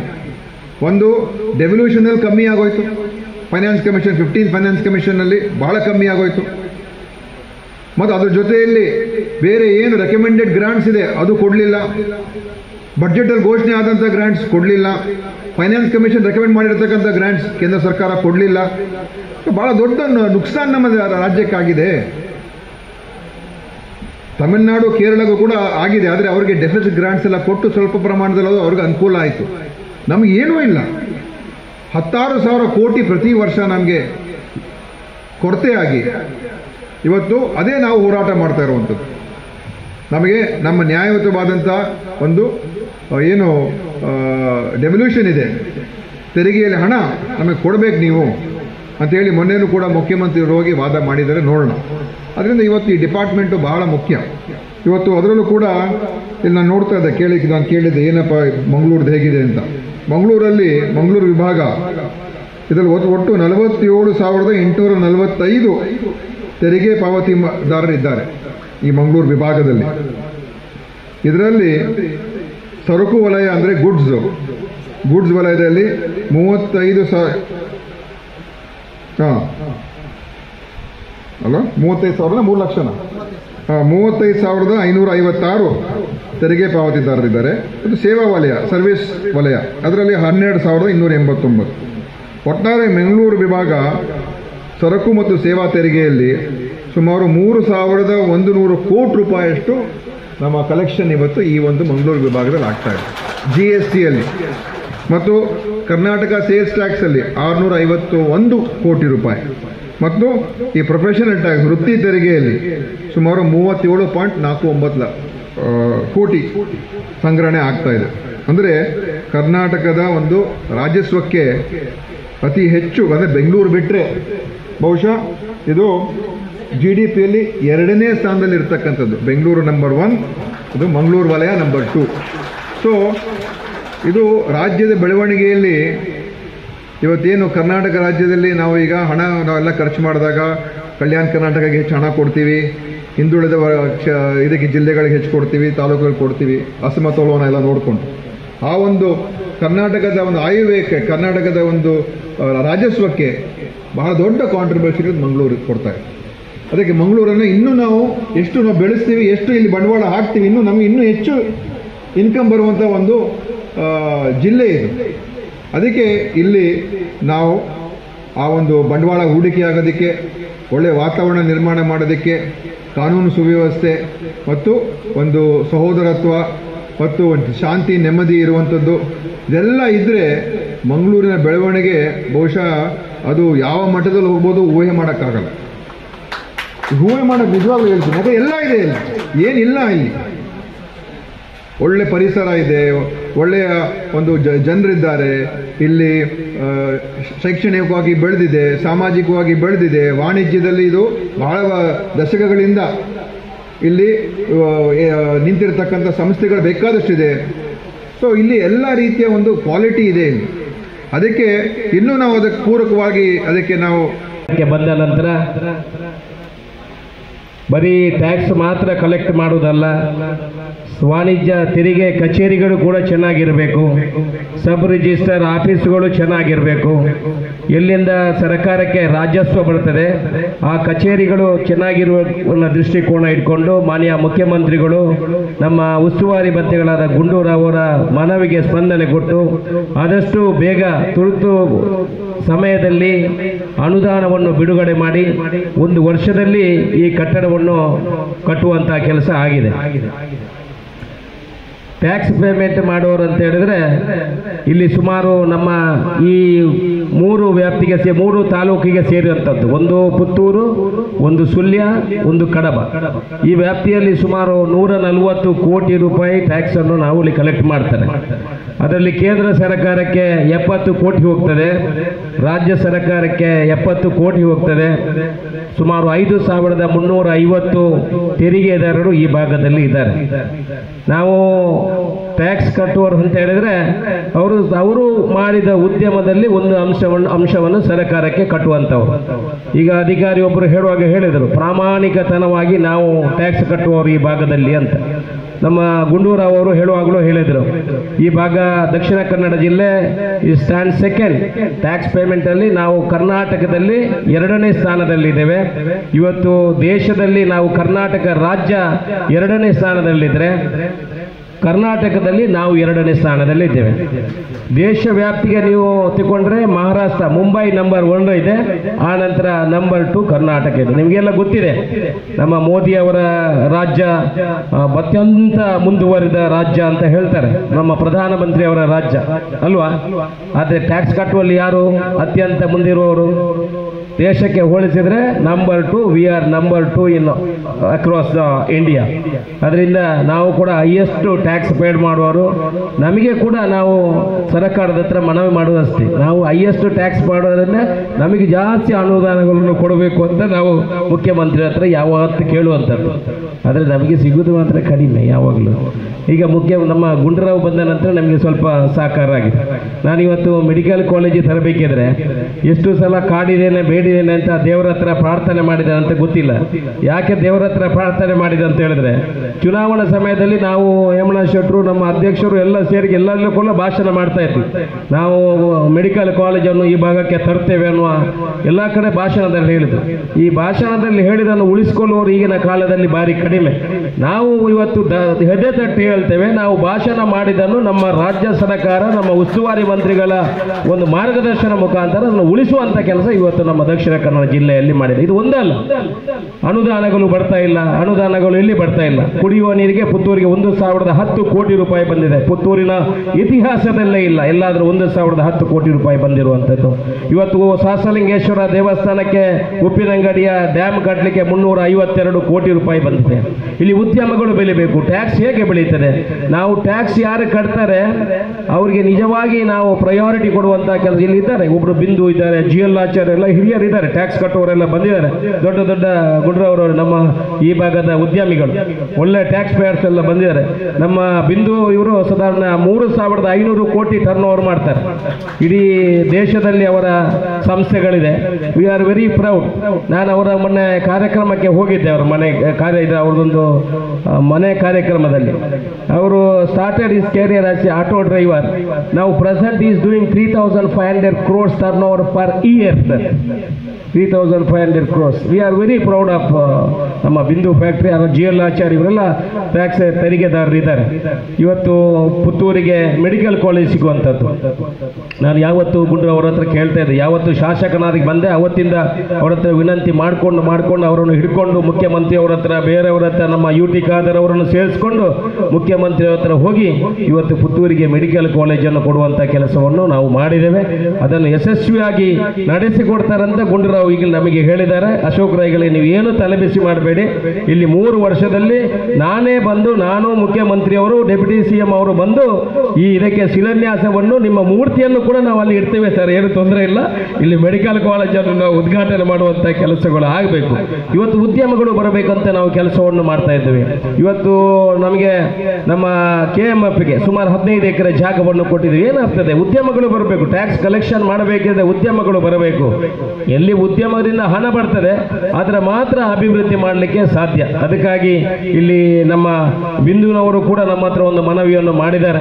ನಾವು ಒಳ್ಳೆಯ ಜಾಗವನ್ನು ಕೊಟ್ಟರೆ ಅವರು ಸುಮಾರು 500 ಕೋಟಿ ರೂಪಾಯಿಯ ಇನ್ವೆಸ್ಟ್ಮೆಂಟ್ ಮಾಡಿ ಸುಮಾರು 2,000 ಜನರಿಗೆ ಉದ್ಯೋಗವನ್ನು ಕೊಡ್ತೇನೆ ಅನ್ನೋ ಒಂದು ಮನವಿಯನ್ನು ಕೂಡ ನಮ್ಮ ಹತ್ರ ಪ್ರೊಜೆಕ್ಟ್ ರಿಪೋರ್ಟ್ ಅನ್ನು ಕೊಟ್ಟಿದ್ದಾರೆ. ಮುಖ್ಯಮಂತ್ರಿ ಅವರ ಹತ್ರ ಮತ್ತೆ ಗುಂಡೂರು ಅವರ ಹತ್ರ ನಾನು ಇದನ್ನು ಈಗಲೇ ಅವರ ಹತ್ರ ಮನವಿಯನ್ನು ಮಾಡಿದ್ದೇನೆ. ಮತ್ತೆ ಮುಂದಿನ ದಿವಸಗಳಲ್ಲಿ ನಾವು ಜೊತೆಯಲ್ಲಿ ಸೇರಿ ಅದಕ್ಕೆ ಯಾವುದು ಬೇಕೋ ಅದನ್ನೆಲ್ಲ ಮಾಡಿ, ನಮ್ದು ದೃಷ್ಟಿಕೋನ ಇಷ್ಟೇ, ಇಲ್ಲಿ ಟ್ಯಾಕ್ಸ್ ಕಲೆಕ್ಷನ್ ಆಗಬೇಕು, ಉದ್ಯೋಗ ಸೃಷ್ಟಿ ಆಗಬೇಕು. ಗುಂಡೂರಾವ್ ಅವರು ಹೇಳಿದ ಹಾಗೆ ಇಲ್ಲಿ ಎಲ್ಲ ಇದೆ ನಮ್ಮ ದಕ್ಷಿಣ ಕನ್ನಡದಲ್ಲಿ. ನಮ್ಮ ಹತ್ರ ಒಂದೇ ಒಂದು ಕೊರತೆ ಇರುವಂತದ್ದು, ನಾವು ಜಾತಿ ಅಂತ ಹೋರಾಡುವಂಥದ್ದು. ಅದನ್ನೊಂದು ಬಿಟ್ಟರೆ ನಮ್ಮನ್ನು ಯಾರೂ ಕೂಡ ನಮ್ಮನ್ನು ಎದುರು ಹಾಕೋರಿಲ್ಲ. ನಾವು ಮುಂದಿನ ದಿವಸಗಳಲ್ಲಿ ಎಲ್ಲ ವಿಚಾರ, ಆಚಾರ ವಿಚಾರ, ಸಂಸ್ಕೃತಿ ಎಲ್ಲ ಇದೆ ನಮ್ಮ ಹತ್ರ. ಆದರೆ ನಮ್ಮ ವೈಮನಸ್ಸನ್ನು ಬಿಟ್ಟರೆ ಬಹುಶಃ ಅಭಿವೃದ್ಧಿ ಆಗುವಂತ ಕೆಲಸಗಳು ಆಗ್ಬೋದು. ಇವತ್ತು SP ಆಫೀಸನ್ನು ಕೂಡ ನಮ್ಮ ಗುಂಡೂರಾವ್ ಅವರು ನಮಗೆ ಸಲಹೆಯನ್ನು ಕೊಟ್ಟಿದ್ದಾರೆ. ಮುಂದಿನ ದಿವಸಗಳಲ್ಲಿ ಪುತ್ತೂರಲ್ಲಿ ನೀವು ಜಾಗವನ್ನು ಕೊಟ್ಟರೆ SP ಆಫೀಸನ್ನು ಕೂಡ ಈ ಭಾಗಕ್ಕೆ ಮುಂದಿನ ದಿವಸಗಳಲ್ಲಿ ಶಿಫ್ಟ್ ಮಾಡುವಂತ ವ್ಯವಸ್ಥೆಗೆ ನಾವು ಪೂರಕವಾಗಿ ಆರಂಭವನ್ನು ಮಾಡ್ತೇವೆ ಅನ್ನೋ ವಿಚಾರವನ್ನು ಹೇಳಿದ್ದಾರೆ. ಅದನ್ನು ಕೂಡ ಮುಂದಿನ ದಿವಸಗಳಲ್ಲಿ ಮಾಡ್ತಾರೆ. ಎಲ್ಲ ಅಭಿವೃದ್ಧಿಗೆ ಗುಂಡೂರಾವ್ ಅವರ ಹತ್ರ ಉಸ್ತುವಾರಿ ಮಂತ್ರಿಗಳು, ಅವರ ಹತ್ರ ಒಂದು ಚಿಕ್ಕ ತೊಂದರೆ ಇದೆ. ಅವರು ಸೀಸನ್ಡ್ ಪೊಲಿಟಿಷಿಯನ್, ಅಂದ್ರೆ ಭಾರಿ ಹಿಂದಿನಿಂದ ಅವರ ತಂದೆಯಿಂದ ಪೊಲಿಟಿಕ್ಸ್ ಎಲ್ಲ ಫೀಲ್ಡ್ ಅಲ್ಲಿ ಇದ್ದಿದ್ದು. ಅವರು ಎಲ್ಲ ವಿಚಾರಗಳನ್ನು ಅರಿತವರು, ಪಕ್ಷದ ಅಧ್ಯಕ್ಷರಾದವರು, 2-3 ಸಲ ಮಂತ್ರಿ ಆದವರು. ಅವರು ಮಾಡಿದ್ದನ್ನು ಹೇಳುವುದರಲ್ಲಿ ಸ್ವಲ್ಪ ಹಿಂದೆ ಬಿದ್ದಿದ್ದಾರೆ. ನಾನು ಅವ್ರಿಗೆ ಹೇಳ್ತೀನಿ, ಸರ್ ನೀವು ಅನುದಾನಗಳನ್ನು ಕೊಡ್ತೀರಾ, ದಯಮಾಡಿ ಅದನ್ನು ಹೇಳಿ. ಇಲ್ಲಿ ನಮಗೆ ಪುತ್ತೂರಿಗೆ 6 PH ಸೆಂಟರ್ಗಳನ್ನು ಕೊಟ್ಟಿದ್ದಾರೆ. ನಮ್ಮ ಸರ್ಕಾರಿ ಆಸ್ಪತ್ರೆಗೆ 4 ಕೋಟಿ ರೂಪಾಯಿಯನ್ನು ಕೊಟ್ಟಿದ್ದಾರೆ. ಯಾವತ್ತು ಮಾಧ್ಯಮದಲ್ಲಿ ಹೇಳುವುದಿಲ್ಲ. ಇಡೀ ದಕ್ಷಿಣ ಕನ್ನಡ ಜಿಲ್ಲೆಯ ಎಲ್ಲಾ ಆಸ್ಪತ್ರೆಗಳಲ್ಲೂ ಕೂಡ ಈಗ ನಮ್ಮ ಸಹೋದರಿಗೆ ಹೇಳಿದ್ರು, ನಮ್ಮ ಮುರುಳ್ಯ, ನಮಗೆ ಎಲ್ಲ ಅನುದಾನಗಳು ಜಾಸ್ತಿ ಬರಲಿ ಅನ್ನೋ ವಿಚಾರವನ್ನು ಇಲ್ಲಿ ಉಲ್ಲೇಖ ಮಾಡಿದರು. ಎಲ್ಲಿಯೂ ಕೂಡ ಕಾಂಗ್ರೆಸ್ ಸರ್ಕಾರ ಡಬಲ್ ಗೇಮ್ ಮಾಡುವುದಿಲ್ಲ. ಮೊನ್ನೆ ಒಂದು ಕಾರ್ಯಕ್ರಮದಲ್ಲಿ ಮುಖ್ಯಮಂತ್ರಿ ಅವರ ಹತ್ರ ಯಾರೋ ಮಾತಾಡುವಾಗ ಎಲ್ಲ ಅಲ್ಲಿ ಉಲ್ಲೇಖ ಮಾಡಿದರು. ಸರ್, ಈಗ ಎಲ್ಲರಿಗೂ MLAಗಳಿಗೆ ಅನುದಾನವನ್ನು ಕೊಡ್ತೀರಿ, ಕಾಂಗ್ರೆಸ್ MLAಗಳಿಗೆ ಸ್ವಲ್ಪ ಜಾಸ್ತಿ ಅನುದಾನವನ್ನು ಕೊಡಿ, MLAಗೆ BJP ಅವರಿಗೆ ಸ್ವಲ್ಪ ಕಡಿಮೆ ಕೊಡಿ ಅನ್ನೋ ವಿಚಾರವನ್ನು ಉಲ್ಲೇಖ ಮಾಡಿದರು. ಒಬ್ಬರು ಮುಖ್ಯಮಂತ್ರಿ ಹೇಗಿರಬೇಕು ನೋಡಿ, ಕಾಂಗ್ರೆಸ್ ಪಕ್ಷದ ಮುಖ್ಯಮಂತ್ರಿ ಹೇಗಿದ್ದಾರೆ ಅಂತ ಹೇಳಿದ್ರೆ, ಮಾತಾಡಬೇಡಿ, ನಾನು ಎಲ್ರಿಗೂ ಒಂದೇ ತರ ಅನುದಾನಗಳನ್ನು ಕೊಡಬೇಕು, ಈ ರಾಜ್ಯ ಅಂತ ಹೇಳಿದ್ರೆ ಅದು ನಮ್ದು, ಎಲ್ಲಾ ಕಡೆ ಅಭಿವೃದ್ಧಿಯನ್ನು ಮಾಡಬೇಕು ಅನ್ನೋ ವಿಚಾರವನ್ನು ಅವರು ಉಲ್ಲೇಖ ಮಾಡಿದರು. ಹಾಗೆ ನಾವು ಎಲ್ರಿಗೂ ಅನುದಾನವನ್ನು ಕೊಡುವಂತ ಕೆಲಸವನ್ನು ಮಾಡ್ತೇವೆ. ಆದರೆ ಕಾಂಗ್ರೆಸ್ ಸರ್ಕಾರ ಬಂದ ನಂತರ ಎಲ್ಲಿಯೂ ಕೂಡ 5 ಗ್ಯಾರಂಟಿಗಳನ್ನು ಕೊಡುವಂತ ಕೆಲಸ ಆಗಿದೆ. ಬಡವರಿಗೆ ಇವತ್ತು ಪ್ರತಿ ಮನೆ ಒಡತಿಗೆ ಯಾರಿಗೆ ಸರ್ಕಾರಿ ಅಧಿಕಾರಿಗೆ ಸಂಬಳ ಬರ್ತದ ಅದೇ ರೀತಿ 2,000 ರೂಪಾಯಿ ಬರುವಂತದ್ದಾಗಿದೆ. ಕರೆಂಟ್ ಫ್ರೀ, ಬಸ್ ಫ್ರೀ, ಮಕ್ಕಳಿಗೆ ದುಡ್ಡು ಕೊಡುವಂತದ್ದು ಇದೇನು ಹೊಸದೇನಲ್ಲ. ಇವತ್ತು ನೀವು ಇಟ್ಲಿ, ಜರ್ಮನಿ ಎಲ್ಲ ನೋಡಿದ್ರೆ, ಫಾರಿನ್ ದುಬೈಯಲ್ಲಿ ನೋಡಿದ್ರು ಕೂಡ ಮಕ್ಕಳಿಗೆ ಅವರಿಗೆ ಅದು ಕೊಡುವಂಥದ್ದು ಈ ಯೋಜನೆಗಳು ಈಗಲೇ ಜಾರಿಯಲ್ಲಿದೆ. ಅದರಿಂದ ಬಡವರ ಆರ್ಥಿಕ ಪರಿಸ್ಥಿತಿ ಮೇಲೆ ಬರಬೇಕನ್ನೋ ದೃಷ್ಟಿಕೋನ ಇಟ್ಕೊಂಡು ಸರ್ಕಾರ ಇದನ್ನು ಮಾಡಿದೆ. ಇವತ್ತು ಗುಂಡೂರಾವ್ ಅವರು ಕೂಡ ಹಾಗೆ ಅನುದಾನಗಳು ಬೇಕಾದಷ್ಟು ಕೊಟ್ಟಿದೆ. ಸುಮಾರು 34 ಕೋಟಿ ಕಳೆದ ಬಜೆಟಿನಲ್ಲಿ ಅವರೆಲ್ಲ ನಮ್ಮ ಈ ದಕ್ಷಿಣ ಕನ್ನಡ ಜಿಲ್ಲೆ ಎಲ್ಲ ಆಸ್ಪತ್ರೆಗಳಿಗೆ ಕೊಡುವಂತ ಕೆಲಸವನ್ನು ಮಾಡಿದ್ದಾರೆ. ಈ ಸಲನೂ ಕೂಡ 1-2-3 ಕಡೆ 100 ಬೆಡ್ಡಿನ ಆಸ್ಪತ್ರೆ, ಪುತ್ತೂರಿಗೂ ಕೂಡ ಮೆಡಿಕಲ್ ಕಾಲೇಜ್ ಕೊಡುವಂತ ಕೆಲಸ, ಎಲ್ಲ ಕಡೆ ಏನೇನು ವ್ಯವಸ್ಥೆಗಳು ಬೇಕು ಅದನ್ನು ಕೊಡುವಂತ ಕೆಲಸ, ನಮ್ಮ ಕಷ್ಟ ಕಾರ್ಪಣ್ಯಗಳಿಗೆ ಸ್ಪಂದನೆ ಕೊಡುವಂತ ಕೆಲಸವನ್ನು ಕೂಡ ಅವರು ಮಾಡ್ತಾ ಇದ್ದಾರೆ. ಇವತ್ತು ಪುತ್ತೂರಿಗೆ ಬಂದಿದ್ದಾರೆ. ಇನ್ನೂ ಸ್ವಲ್ಪ ದಿವಸ ನೀವು ಬರಬೇಕು ಸರ್ ಪುತ್ತೂರಿಗೆ. ನಮ್ಮ ಮೆಡಿಕಲ್ ಕಾಲೇಜು ಒಮ್ಮೆ ಶಿಲಾನ್ಯಾಸ ಆಗುವವರೆಗೆ ನೀವು ಆದಷ್ಟು ಅದನ್ನು ಉಸ್ತುವಾರಿ ತಗೊಂಡು ನಮ್ಮ ಜೊತೆ ಕೈ ಜೋಡಿಸಿ ಅದನ್ನು ಮಾಡಿಕೊಡ್ಬೇಕಂತ ನಮ್ಮೆಲ್ಲ ಪುತ್ತೂರಿನ ಪರವಾಗಿ ನಿಮ್ಮ ಹತ್ರ ವಿನಂತಿ ಮಾಡಿಕೊಂಡು, ತುಂಬಾ ಅನುಭವಸ್ಥರಿದ್ದೀರಿ, ತುಂಬಾ ನಾಲೆಜ್ ಇದೆ, ಯಾವ ರೀತಿ ಯಾವ ಕೆಲಸವನ್ನು ಮಾಡಬೇಕು ಅಂತ ನಿಮಗೆ ಗೊತ್ತಿದೆ. ನಾವು ಕೂಡ ಟ್ಯಾಕ್ಸ್ ಪೇಯರ್ಸ್ ಕೂಡ ಹೆಚ್ಚಿನ ಸಂಖ್ಯೆಯಲ್ಲಿ ಇವತ್ತು ಪುತ್ತೂರಿನಲ್ಲಿ ಎಲ್ಲ ಯಾರು ಕೂಡ ಟ್ಯಾಕ್ಸ್ ಕಟ್ಟದವರಿಲ್ಲ, ಎಲ್ಲ ಟ್ಯಾಕ್ಸ್ ಕಟ್ಟು, ಸ್ವಲ್ಪ ಉದ್ಯಮ ಮಾಡಿದ್ರು ಟ್ಯಾಕ್ಸಿನವರಿಗೆ ಹೆದರಿ ಟ್ಯಾಕ್ಸ್ ಕಟ್ಟುವಂತವರು ಇರುವಂತದ್ದು. ಇವತ್ತು ಅಧಿಕಾರಿಗಳು ಕೂಡ ಹಾಗೆ ಒಳ್ಳೆಯ ಒಂದು ಕಾರ್ಯಕ್ರಮವನ್ನು ಆಯೋಜನೆ ಮಾಡಿದ್ದಾರೆ. ನಾನು ಒಂದು ಸಲ ಅವರನ್ನು ಉಲ್ಲೇಖ ಮಾಡಬೇಕು. ನಾವು ಬೇರೆ ಇಲಾಖೆಯವರೆಲ್ಲ ಕಾರ್ಯಕ್ರಮವನ್ನು ಆಯೋಜನೆ ಮಾಡುವಾಗ ನೋಡ್ತೇವೆ, ಅವರು ಬರುವುದು ಬೇಕಾಬಿಟ್ಟಿ ಅಂತ ಮಾಡೋದು. ಇವರು ನನ್ನ ಹತ್ರ ಬಹುಶಃ ಒಂದು 25 ಸಲ ಬಂದಿದ್ದಾರೆ. ಗುಂಡು ಅವರ ಹತ್ರ ಒಂದು 15 ಸಲ ಹೋಗಿದ್ದಾರೆ. ಸರ್ ಯಾವತ್ತು ಮಾಡೋದು, ಹೇಗೆ ಮಾಡೋದು, ಯಾವ ರೀತಿ ಮಾಡಬೇಕು, ಒಂದು ಅಚ್ಚುಕಟ್ಟಿನ ಒಂದು ಕಾರ್ಯಕ್ರಮವನ್ನು ಕೂಡ ನೀವು ಮಾಡಿದ್ರೆ ನಿಮಗೂ ಕೂಡ ಅಭಿನಂದನೆಯನ್ನು ಹೇಳುತ್ತಾ, ಇವತ್ತು ಉದ್ಘಾಟನೆ ಮಾಡಿದಂತ ಈ ಕಟ್ಟಡ ಇನ್ನಷ್ಟು ಒಳ್ಳೆಯ ರೀತಿಯಲ್ಲಿ ಟ್ಯಾಕ್ಸ್ ಕಲೆಕ್ಟ್ ಮಾಡುವಂತಹ ಕೇಂದ್ರ ಆಗಲಿ ಅನ್ನುವ ವಿಚಾರವನ್ನು ಹೇಳುತ್ತಾ, ಯಾರ್ಯಾರು ಟ್ಯಾಕ್ಸ್ ಪೇಮೆಂಟ್ ಮಾಡ್ತಾರೆ ಅವರಿಗೂ ಕೂಡ ಶುಭವಾಗಲಿ ಅನ್ನೋ ಮಾತನ್ನು ಹೇಳುತ್ತಾ, ಗುಂಡೂರಾವ್ ಕೂಡ ಈ ಕಾರ್ಯಕ್ರಮವನ್ನು ಬಂದು ನಮ್ಮ ಕ್ಷೇತ್ರಕ್ಕೆ ಬಂದು ಒಳ್ಳೆಯ ರೀತಿಯಲ್ಲಿ ನಡೆಸಿಕೊಟ್ಟ ನಿಮಗೂ ಕೂಡ ಅಭಿನಂದನೆಯನ್ನು ಹೇಳ್ತಾ ನನ್ನ ಮಾತನ್ನು ಮುಗಿಸ್ತೀನಿ. ಜೊತೆ ಕೇಳಿದರೆ ನಮ್ಮ ಉಸ್ತುವಾರಿ ಮಂತ್ರಿಗಳು ಇದ್ದಾರೆ, ಅವ್ರ ಹತ್ರನೂ ಕೂಡ ಮಾತಾಡಿ ನಮ್ಮ ಅನುದಾನದಲ್ಲಿ ಕೂಡಲೇ ನೆಕ್ಸ್ಟ್ ಬರೋ ಒಂದು 3-4 ಮಳೆಗಾಲ ಕೂಡಲೇ ಅದನ್ನು ಮಾಡಿಕೊಡುವಂತ ಕೆಲಸ ಮಾಡ್ತೀವಿ. 2025ರಲ್ಲಿ ನಡೆಯುವಂತಹ ಅಂತಾರಾಷ್ಟ್ರೀಯ ಯೋಗ ದಿನ ಮಹತ್ತರ ಮೈಲಿಗಲ್ಲಾಗಿದ್ದು, ಏನಪುಯ ಪರಿಗಣಿಸಲ್ಪಟ್ಟ ವಿಶ್ವವಿದ್ಯಾಲಯ, ಭಾರತ ಸರ್ಕಾರ, ಆಯುಷ್ ಸಚಿವಾಲಯ ಇದರ ಸಹಯೋಗದೊಂದಿಗೆ 11ನೇ ಯೋಗ ದಿನವನ್ನ ಯೋಗ ಸಂಗಮ ಎಂಬ ರಾಷ್ಟ್ರೀಯ ಕಾರ್ಯಕ್ರಮದಡಿ ಆಚರಿಸ್ತಾ ಇದ್ದು, ಜೂನ್ 21ರಂದು ದೇರಳಕಟ್ಟಿಯ ಏನಪುಯ ಎಂಡ್ಯೂರೆನ್ಸ್ ಸಭಾಂಗಣದಲ್ಲಿ ಬೆಳಿಗ್ಗೆ 6:30ರಿಂದ 7:45ರವರೆಗೆ ನಡೆಯಲಿರುವ ಆಚರಣೆಯಲ್ಲಿ ಸಾರ್ವಜನಿಕರು ಭಾಗವಹಿಸಲು ಮುಕ್ತ ಅವಕಾಶವನ್ನು ಕಲ್ಪಿಸಲಾಗಿದೆ ಎಂದು ಏನಪುಯ ಪ್ರಕೃತಿ ಚಿಕಿತ್ಸೆ ಮತ್ತು ಯೋಗ ವಿಜ್ಞಾನ ಕಾಲೇಜು ಪ್ರಾಂಶುಪಾಲರಾದ ಡಾಕ್ಟರ್ ಪುನೀತ್ ರಾಘವೇಂದ್ರ ಹೇಳಿದ್ದಾರೆ. ತೊಕ್ಕೊಟ್ಟು ಪ್ರೆಸ್ ಕ್ಲಬ್ನಲ್ಲಿ ಆಯೋಜಿಸಿದ ಸುದ್ದಿಗೋಷ್ಠಿಯಲ್ಲಿ ಭಾಗವಹಿಸಿ ಮಾತನಾಡಿದ ಅವರು, ಸರ್ಕಾರ ಆಯೋಜಿಸಿರುವ ಯೋಗ ಸಂಗಮ ರಾಷ್ಟ್ರೀಯ ಕಾರ್ಯಕ್ರಮಕ್ಕೆ ಆಂಧ್ರಪ್ರದೇಶ ವಿಶಾಖಪಟ್ಟಣದಲ್ಲಿ ಪ್ರಧಾನಮಂತ್ರಿಗಳು ಚಾಲನೆಯನ್ನ ನೀಡಲಿದ್ದಾರೆ. ಸಾಮೂಹಿಕ ಆಚರಣೆ ಯೋಗದ ಅಭ್ಯಾಸ ಮತ್ತು ಪ್ರಸ್ತುತ ಶಾಶ್ವತವಾಗಿ ಅಭ್ಯಾಸ ಉಳಿಸುವ ಬದ್ಧತೆಯ ಗುರಿಯನ್ನ ಹೊಂದಿದೆ. ಕಾರ್ಯಕ್ರಮಗಳು ವಿದ್ಯಾರ್ಥಿಗಳು ಮತ್ತು ಸ್ಥಳೀಯ ನಾಗರಿಕರು ಸೇರಿದಂತೆ ಸುಮಾರು 500ರಿಂದ 550 ಭಾಗವಹಿಸುವಂತಹ ನಿರೀಕ್ಷೆ ಇದೆ. ದೇಶದಾದ್ಯಂತ ಸಂಸ್ಥೆಯ ಯೂಟ್ಯೂಬ್ನಲ್ಲಿ ನೇರ ಪ್ರಸಾರ ಕೂಡ ನಡೆಯಲಿಕ್ಕಿದೆ. ತಪಸ್ಯ ಮಿತ್ರ ಫೌಂಡೇಶನ್ನ ಪ್ರಕೃತಿ ಚಿಕಿತ್ಸೆ ಮತ್ತು ಯೋಗ ಸಲಹೆಗಾರರಾದ ಡಾಕ್ಟರ್ ದ್ವಾರಕನಾಥ ವಿದ್ಯಾರ್ಥಿಗಳನ್ನ ಉದ್ದೇಶಿಸಿ ಮಾತನಾಡಲಿದ್ದಾರೆ. ಭಾಗವಹಿಸಲಿಕ್ಕೆ ಇಚ್ಛೆ ಇರುವವರು ಆಸ್ಪತ್ರೆಯ 8494935215 ನಂಬರಿಗೆ ಫೋನ್ ಆಯಿಸಿ ನೋಂದಾಯಿಸಬಹುದಾಗಿದೆ. ಕಾರ್ಯಕ್ರಮದಲ್ಲಿ ಏನಪುಯ ಪರಿಗಣಿಸಲ್ಪಟ್ಟ ವಿವಿಯ ಕುಲಸಚಿವರಾದ ಗಂಗಾಧರ ಸೋಮಯಾಜಿ ಉದ್ಘಾಟಿಸಲಿದ್ದಾರೆ. ಏನಪುಯ ಆಯುರ್ವೇದ ಕಾಲೇಜು ಪ್ರಾಂಶುಪಾಲ ಡಾಕ್ಟರ್ ಗುರುರಾಜ್ ಹೆಚ್, ಏನಪುಯ ಹೋಮಿಯೋಪತಿ ಪ್ರಾಂಶುಪಾಲ ಡಾಕ್ಟರ್ ವಿಜಯೇಂದ್ರ ವಿ ಇಟಗಿ ಭಾಗವಹಿಸಲಿದ್ದಾರೆ. ಸುದ್ದಿಗೋಷ್ಠಿಯಲ್ಲಿ ಡಾಕ್ಟರ್ ಸಂಗೀತ ಲಕ್ಷ್ಮಿ, ಡಾಕ್ಟರ್ ಪದ್ಮಶ್ರೀ, ಅಜಿತ್ ಕೆ ಉಪಸ್ಥಿತರಿದ್ದರು. ಯೋಗದ ಸಂಬಂಧ ಹಲವಾರು ಹೊಸ ಬಗೆಯ ವಿನೂತನವಾದಂತಹ ಕಾರ್ಯಕ್ರಮಗಳನ್ನು ಆಯೋಜಿಸಿದೆ. ಅವುಗಳಲ್ಲಿ ಯೋಗ ಸಮಾವೇಶ, ಯೋಗ ಸಂಗಮ, ಯೋಗ ಸಂವಿತ್, ಹಾಗೆ ಯೋಗ ಅನ್ಪ್ಲಗ್ಡ್, ಹಾಗೆ ಯೋಗ ಹರಿತ್, ಬೇರೆ ಬೇರೆಯಾದಂತಹ ಹೊಸ ವಿಶೇಷವಾದಂತಹ ಕಾರ್ಯಕ್ರಮಗಳನ್ನು ಆಯೋಜಿಸಿದೆ.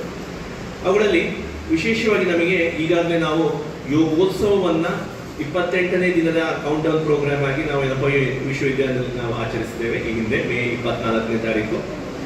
ಮುಂದೆ ಜೂನ್ 21ಕ್ಕೆ ನಾವು ಸ್ವಲ್ಪ ಗ್ರ್ಯಾಂಡ್ ಸೆಲೆಬ್ರೇಷನ್, ಸ್ವಲ್ಪ ಜಾಸ್ತಿ ಜನ ಸೇರುವ ರೀತಿಯಲ್ಲಿ ನಾವು ಮಾಡ್ತಾ ಇದ್ದೇವೆ. ಏಕೆಂತ ಹೇಳಿದ್ರೆ ಆಯುಷ್ ಮಂತ್ರಾಲಯದ ಮುಖ್ಯ ಧ್ಯೇಯ ಏನಿದೆ ಅಂತ ಹೇಳಿದ್ರೆ, ಎಷ್ಟು ಜನ ಜಾಸ್ತಿ ಮಾಡ್ತಾರೋ ಅಷ್ಟು ಒಳ್ಳೆಯದು. ಕೇವಲ ಅಷ್ಟು ಮಾತ್ರ ಅಲ್ಲ, ಸುಮಾರು 1 ಲಕ್ಷಕ್ಕೂ ಹೆಚ್ಚು ಕೇಂದ್ರಗಳಲ್ಲಿ ರಾಷ್ಟ್ರವ್ಯಾಪಿಯಾಗಿ ಇದನ್ನೊಂದು ಆಂದೋಲನದ ರೀತಿಯಲ್ಲಿ ನಾವು ನಡೆಸ್ತಾ ಇದ್ದೇವೆ.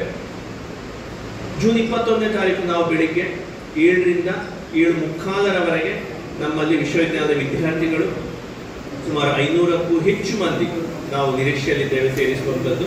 ಅವರೆಲ್ಲರೂ ಸಾಮೂಹಿಕವಾಗಿ 7ರಿಂದ 7:45ರವರೆಗೆ ಯೋಗಾಭ್ಯಾಸ ಮಾಡ್ತಾರೆ. 6:00ವರೆಗೆ ನಮ್ಮ ಬೆಳಗ್ಗಿನ ಕಾರ್ಯಕ್ರಮಗಳು ಆರಂಭವಾಗ್ತದೆ. 6:45ರಿಂದ 7 ಗಂಟೆಯವರೆಗೆ ಪ್ರಧಾನಿಗಳಾದ ಶ್ರೀ ನರೇಂದ್ರ ಮೋದಿ ಅವರು ರಾಷ್ಟ್ರವನ್ನು ಉದ್ದೇಶಿಸಿ ಇಲ್ಲಿ ಮಾತಾಡುವರಿದ್ದಾರೆ. ಯಾಕಂದ್ರೆ ಇಡೀ ಪೂರ್ತಿ ವರ್ಷದಲ್ಲಿ ನಾವು ಗಮನಿಸಿಕೊಂಡಿರೋ ಹಾಗೆ ಪ್ರಧಾನಿಯವರು ಕೇವಲ 2 ವಿಷಯಗಳನ್ನು ಮಾತ್ರ ನೇರವಾಗಿ ಮಾತಾಡಲಿಕ್ಕೆ ಬರುವವರು. ಅದರಲ್ಲಿ ಒಂದು ಯೋಗದಲ್ಲಿ ಮಾತ್ರ ಯಾವುದೇ ತಪ್ಪದೆ ಬರ್ತಾರೆ ಪ್ರತಿ ವರ್ಷ. ಹಾಗಾಗಿ ಮೋದಿಯವರ ಮೆಸೇಜಸ್ ಏನಿದೆ ಅದನ್ನು ಮುಗಿದ ನಂತರ ನಾವು ಸಾಮೂಹಿಕ ಯೋಗಾಭ್ಯಾಸವನ್ನು ಮಾಡ್ತೇವೆ. ಯೋಗಾಭ್ಯಾಸದ ನಂತರ ಮಾಮೂಲಿಯಾಗಿ ನಾವು 9:30 ಬೆಳಗ್ಗೆ 11 ಗಂಟೆಗೆ ಯೋಗ ದಿನಾಚರಣೆಯನ್ನು ನಾವು ಆಚರಿಸ್ತೇವೆ. ಏಕೆಂದರೆ ಈ ವರ್ಷದಲ್ಲಿ ನಾವು ಇದು ಹಲವಾರು ಕಾರ್ಯಕ್ರಮಗಳು ನಾವು ಯಲ್ಲಪ್ಪ ವಿಶ್ವವಿದ್ಯಾಲಯದ ಕಡೆಯೂ ಕೂಡ ಮಾಡಿದ್ದೇವೆ. ಜೊತೆಗೆ ಈ ಯೋಗ ಸಮಾವೇಶದ ವಿಶೇಷತೆ ಏನು ಅಂತ ಹೇಳಿದ್ರೆ ಇದು ಕೇವಲ ನಮ್ಮಲ್ಲಿಯ ವಿಶ್ವವಿದ್ಯಾಲಯದ ಮಕ್ಕಳಿಗೆ ಅಥವಾ ಅಲ್ಲಿಯ ಸಿಬ್ಬಂದಿಗಳಿಗೆ ಮಾತ್ರವಲ್ಲ, ಸಾರ್ವಜನಿಕರಿಗೂ ಮುಕ್ತ ಅವಕಾಶವಿದೆ ಇಲ್ಲಿ ಭಾಗವಹಿಸಲಿಕ್ಕೆ. ಬೆಳಿಗ್ಗೆ 6:30 ಗಂಟೆಗೆ ಸಾರ್ವಜನಿಕರು ಕೂಡ ಮುಕ್ತವಾಗಿ ಭಾಗವಹಿಸಬಹುದು. ಅಲ್ಲಿ ನಾವು ಇವಾಗಲೇ ನಮ್ಮ ಕಾಲೇಜಿನ ನಂಬರನ್ನು ಕೆಳಗಡೆ ನೋಟ್ ಮಾಡಿ ಕೊಟ್ಟಿದ್ದೇವೆ. ಅಲ್ಲಿ ಸಂಪರ್ಕಿಸಿದ್ರೆ ಕೂಡ ರಿಜಿಸ್ಟ್ರೇಷನ್ ತಗೊಳ್ತಾರೆ. ಅವುಗಳ ಜೊತೆಗೆ ನಮ್ಮೆಲ್ಲ ಪತ್ರಿಕಾ ಮಾಧ್ಯಮದವರು, ಪತ್ರಿಕಾ ಮಿತ್ರರು ಎಲ್ಲರೂ ಸಾಕಷ್ಟು ಆ ದಿವಸ ಹಾಜರಿದ್ದು ನಮ್ಮೊಳಗೆ ನಮಗೊಂದು ಸಹಾಯ ತೋರಿಸಬೇಕು ಅಂತೇಳಿ ನಮ್ಮೆಲ್ಲರ ಪರವಾಗಿ ನಾವು ಕೇಳಿಕೊಳ್ತೇವೆ. ಹಾಗೆ ಒಂದು 12 ಬೇರೆ ಬೇರೆ ಡಿಪಾರ್ಟ್ಮೆಂಟ್ಗಳಿದೆ ನಮ್ಮಲ್ಲಿ. ಆಯುರ್ವೇದ ಇದೆ, ಹೋಮಿಯೋಪತಿ ಇದೆ. ನಾವೆಲ್ಲರೂ ಸೇರಿಕೊಂಡು ಒಂದು ವಿಶ್ವವಿದ್ಯಾಲಯದ ಒಂದು ಅಮೋಘವಾದಂಥ ಒಂದು ಅಭೂತಪೂರ್ವವಾದಂಥ ಒಂದು ಕಾರ್ಯಕ್ರಮವಾಗಿ ನಾವಿದನ್ನು ಈ ಸಾರಿ ಹಮ್ಮಿಕೊಂಡಿದ್ದೇವೆ. ಯಾಕಂದ್ರೆ 10ನೇ ವರ್ಷದ ಸೆಲೆಬ್ರೇಷನ್. ನಮ್ಮ ಜೊತೆಗೆ ಆಯುರ್ವೇದದ ವೈದ್ಯಕೀಯ ಕಾಲೇಜ್ ಕೂಡ ಕೈ ಜೋಡಿಸ್ತಾ ಇದೆ, ಹೋಮಿಯೋಪತಿ ಕಾಲೇಜ್ ಕೂಡ ಕೈ ಜೋಡಿಸ್ತಾ ಇದೆ. ಹಾಗೂ ಎಲ್ಲ ಬೇರೆ ಬೇರೆ ವಿಭಾಗಗಳು ಎಲ್ಲರೂ ಒಟ್ಟಿಗೆ ಸೇರಿಕೊಂಡು ಏನಪ್ಪ ಯೂನಿವರ್ಸಿಟಿಯ ಒಂದು ದೊಡ್ಡದಾದ ಕಾರ್ಯಕ್ರಮವಾಗಿ ನಾವು ಆಯೋಜಿಸ್ತಾ ಇದ್ದೇವೆ. ಸಾರ್ವಜನಿಕರು ಕೂಡ ಸಾಕಷ್ಟು ಹೆಚ್ಚಿನ ಸಂಖ್ಯೆಯಲ್ಲಿ ನಮ್ಮ ಜೊತೆಗೆ ಭಾಗವಹಿಸಬೇಕು ಅಂತ ಹೇಳಿ ಈ ಮೂಲಕ ನಾವು ಕೇಳಿಕೊಳ್ತಾ ಇದ್ದೇವೆ.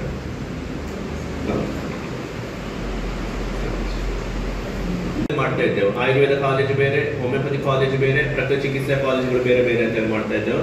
ಆದ್ರೆ ಈ ಸರ್ತಿ ಹಾಗೆಲ್ಲ ನಾವು ಎಲ್ಲ ಒಂದು 500ಕ್ಕೂ ಹೆಚ್ಚು ಮಕ್ಕಳು ಒಂದೇ ಬಾರಿ, ಆಕ್ಚುಲಿ ನಮ್ಮ ಮುಖ್ಯವಾದ ಧ್ಯೇಯ ಇದ್ದಿದ್ದು ಸುಮಾರು 1,500 ಜನ ಎಲ್ಲರೂ ಮಾಡುವಂತಹ ಒಂದು ಅವಕಾಶದಲ್ಲಿ ಮಾಡಬೇಕು ಅಂತ ಹೇಳಿ. ಆದ್ರೆ ಮಳೆಯ ಕಾರಣವಾಗಿ ನಮಗೆ ಸ್ವಲ್ಪ ಅಷ್ಟು ಜನಕ್ಕೆ ವ್ಯವಸ್ಥೆ ಮಾಡುವಂಥದ್ದು ಸ್ವಲ್ಪ ಕಷ್ಟ. ಹಾಗೆ ನಮ್ಮ ಇಂಡೋರ್ ಸ್ಟೇಡಿಯಂ ಇಂಡೋರ್ ಝೋನ್ ಅಲ್ಲಿ 500ಕ್ಕೂ ಜಾಸ್ತಿ ಮಕ್ಕಳು ಆರಾಮ್ಸೆ ಮಾಡ್ಲಿಕ್ಕೆ ಆಗ್ತದೆ. ಅದಷ್ಟು ಜನರನ್ನು ನಾವು ಸೇರಿಕೊಂಡು ಏಕಕಾಲದಲ್ಲಿ 7 ರಿಂದ 7:15 IDY ಪ್ರೋಟೋಕಾಲ್, ನಾವು Morarji Desai national institute of Yoga ಅಂತ ಏನಿದೆ ಆಯುಷ್ ಮಂತ್ರಾಲಯದ ಕೆಳಗೆ ಅವರ ಸಹಕಾರದಲ್ಲಿ ನಾವು ಈ ಕಾರ್ಯಕ್ರಮವನ್ನು ಮಾಡ್ತಾ ಇರುವಂತದ್ದು. ಅವರು ತಿಳಿಸಿರುವಂತೆ 500ಕ್ಕೂ ಹೆಚ್ಚು ಮಂದಿಗಳನ್ನು ನಾವು ವಿದ್ಯಾರ್ಥಿಗಳು ಹಾಗೂ ಸಾರ್ವಜನಿಕರು ಎಲ್ಲರೂ ಭಾಗವಹಿಸುತ್ತಾ ಈ ಕಾರ್ಯಕ್ರಮವನ್ನು ಯಶಸ್ವಿಗೊಳಿಸ್ತೇವೆ. ಏಕೆಂತ ಹೇಳಿದ್ರೆ ಈ ಯೋಗ ಎನ್ನುವಂಥದ್ದು ನಾವು ವಿಶ್ವವ್ಯಾಪ್ತಿಯಾಗಿ ಗಮನಿಸಿಕೊಂಡಿರುವ ಹಾಗೆ ಎಲ್ಲರೂ ಯೋಗ ಅಂತ ಹೇಳಿದ್ರೆ ಅದು ಭಾರತಕ್ಕೆ ಸೀಮಿತ ಅಂತ ಹೇಳುವಾಗ ಎಲ್ಲರಿಗೂ ಗೊತ್ತಿರ್ತದೆ. ಹಾಗೆ ವಸುದೈವ ಕುಟುಂಬಕಂ ಅಂತೇಳಿ ಹಿಂದೆ ಇತ್ತು. ಈ ವರ್ಷದ ಸ್ಲೋಗನ್ ಹೇಗಿದೆ ಅಂದ್ರೆ ಯೋಗ ಫಾರ್ 1 ಅರ್ತ್ 1 ಹೆಲ್ತ್ ಅಂತೇಳಿ. ಈ 1 ಅರ್ತ್ 1 ಹೆಲ್ತ್ ಅಂತ ಹೇಳಿದ್ರೆ ನಮಗಿರುವುದು ಒಂದೇ ಭೂಮಿ, ಹಾಗೆ ಒಂದೇ ಆರೋಗ್ಯ ಮಾತ್ರ. ಎಲ್ಲರಿಗೂ ಗೊತ್ತುಂಟು. ನಾವು ಉದಾಹರಣೆ, ಒಂದು ಸಣ್ಣ ಉದಾಹರಣೆ ತಗೊಂಡ್ರೆ ನಾವು ಮಧುಮೇಹ ಉದಾಹರಣೆಗೆ ಡಯಾಬಿಟಿಸ್ ಅಂತ ಹೇಳಿದ್ರೆ ನಾವು ತಿಂಗಳಿಗೆ ಒಂದಷ್ಟು ಮಾತ್ರ ದುಡ್ಡು ಖರ್ಚು ಮಾಡ್ತಾ ಹೋಗ್ತೇವೆ. ಅದರ ಬದಲು ಯೋಗ ಮಾಡಿಕೊಂಡು ಕಡಿಮೆ ಇದ್ರೆ ಆ ದುಡ್ಡನ್ನು ಕೂಡ ಉಳಿಸ್ಕೊಳ್ಬಹುದು. ಯಾಕೆಂತ ಹೇಳಿದ್ರೆ ನಾವು ದೇಶದ ಆರೋಗ್ಯದ ಪರಿಸ್ಥಿತಿಯನ್ನು ಗಮನಿಸಿಕೊಂಡ್ರೆ ದೇಶದ ಆರೋಗ್ಯ ಪರಿಸ್ಥಿತಿಯು ಸಾಕಷ್ಟು ಹದಗೆಡ್ತಾ ಬರುವಾಗ ಟ್ಯಾಕ್ಸಿನ ಅಮೌಂಟ್ ಎಲ್ಲ ಜಾಸ್ತಿ ಆ ಕಡೆ ಹೋಗ್ತಾ ಇರ್ತದೆ. ಅವುಗಳನ್ನು ನಾವು ಕಡಿಮೆ ಮಾಡಿಕೊಂಡ್ರೆ ನಮ್ಮ ಇತರೆ ದೇಶದ ಅಭಿವೃದ್ಧಿಗೆ ಬೇಕಾದಂತಹ ಚಟುವಟಿಕೆಗಳನ್ನು ಕೂಡ ಆ ಹಣವನ್ನು ನಾವು ಬೇರೆ ರೀತಿಗೆ ಬಳಸಿಕೊಳ್ಬಹುದು. ಇದಾಗಿತ್ತು ಇವತ್ತಿನ channel 9 coastal express news updates. ನಿರಂತರ ಸುದ್ದಿಗಾಗಿ ನೋಡ್ತಾ ಇರಿ ಚಾನೆಲ್ 9.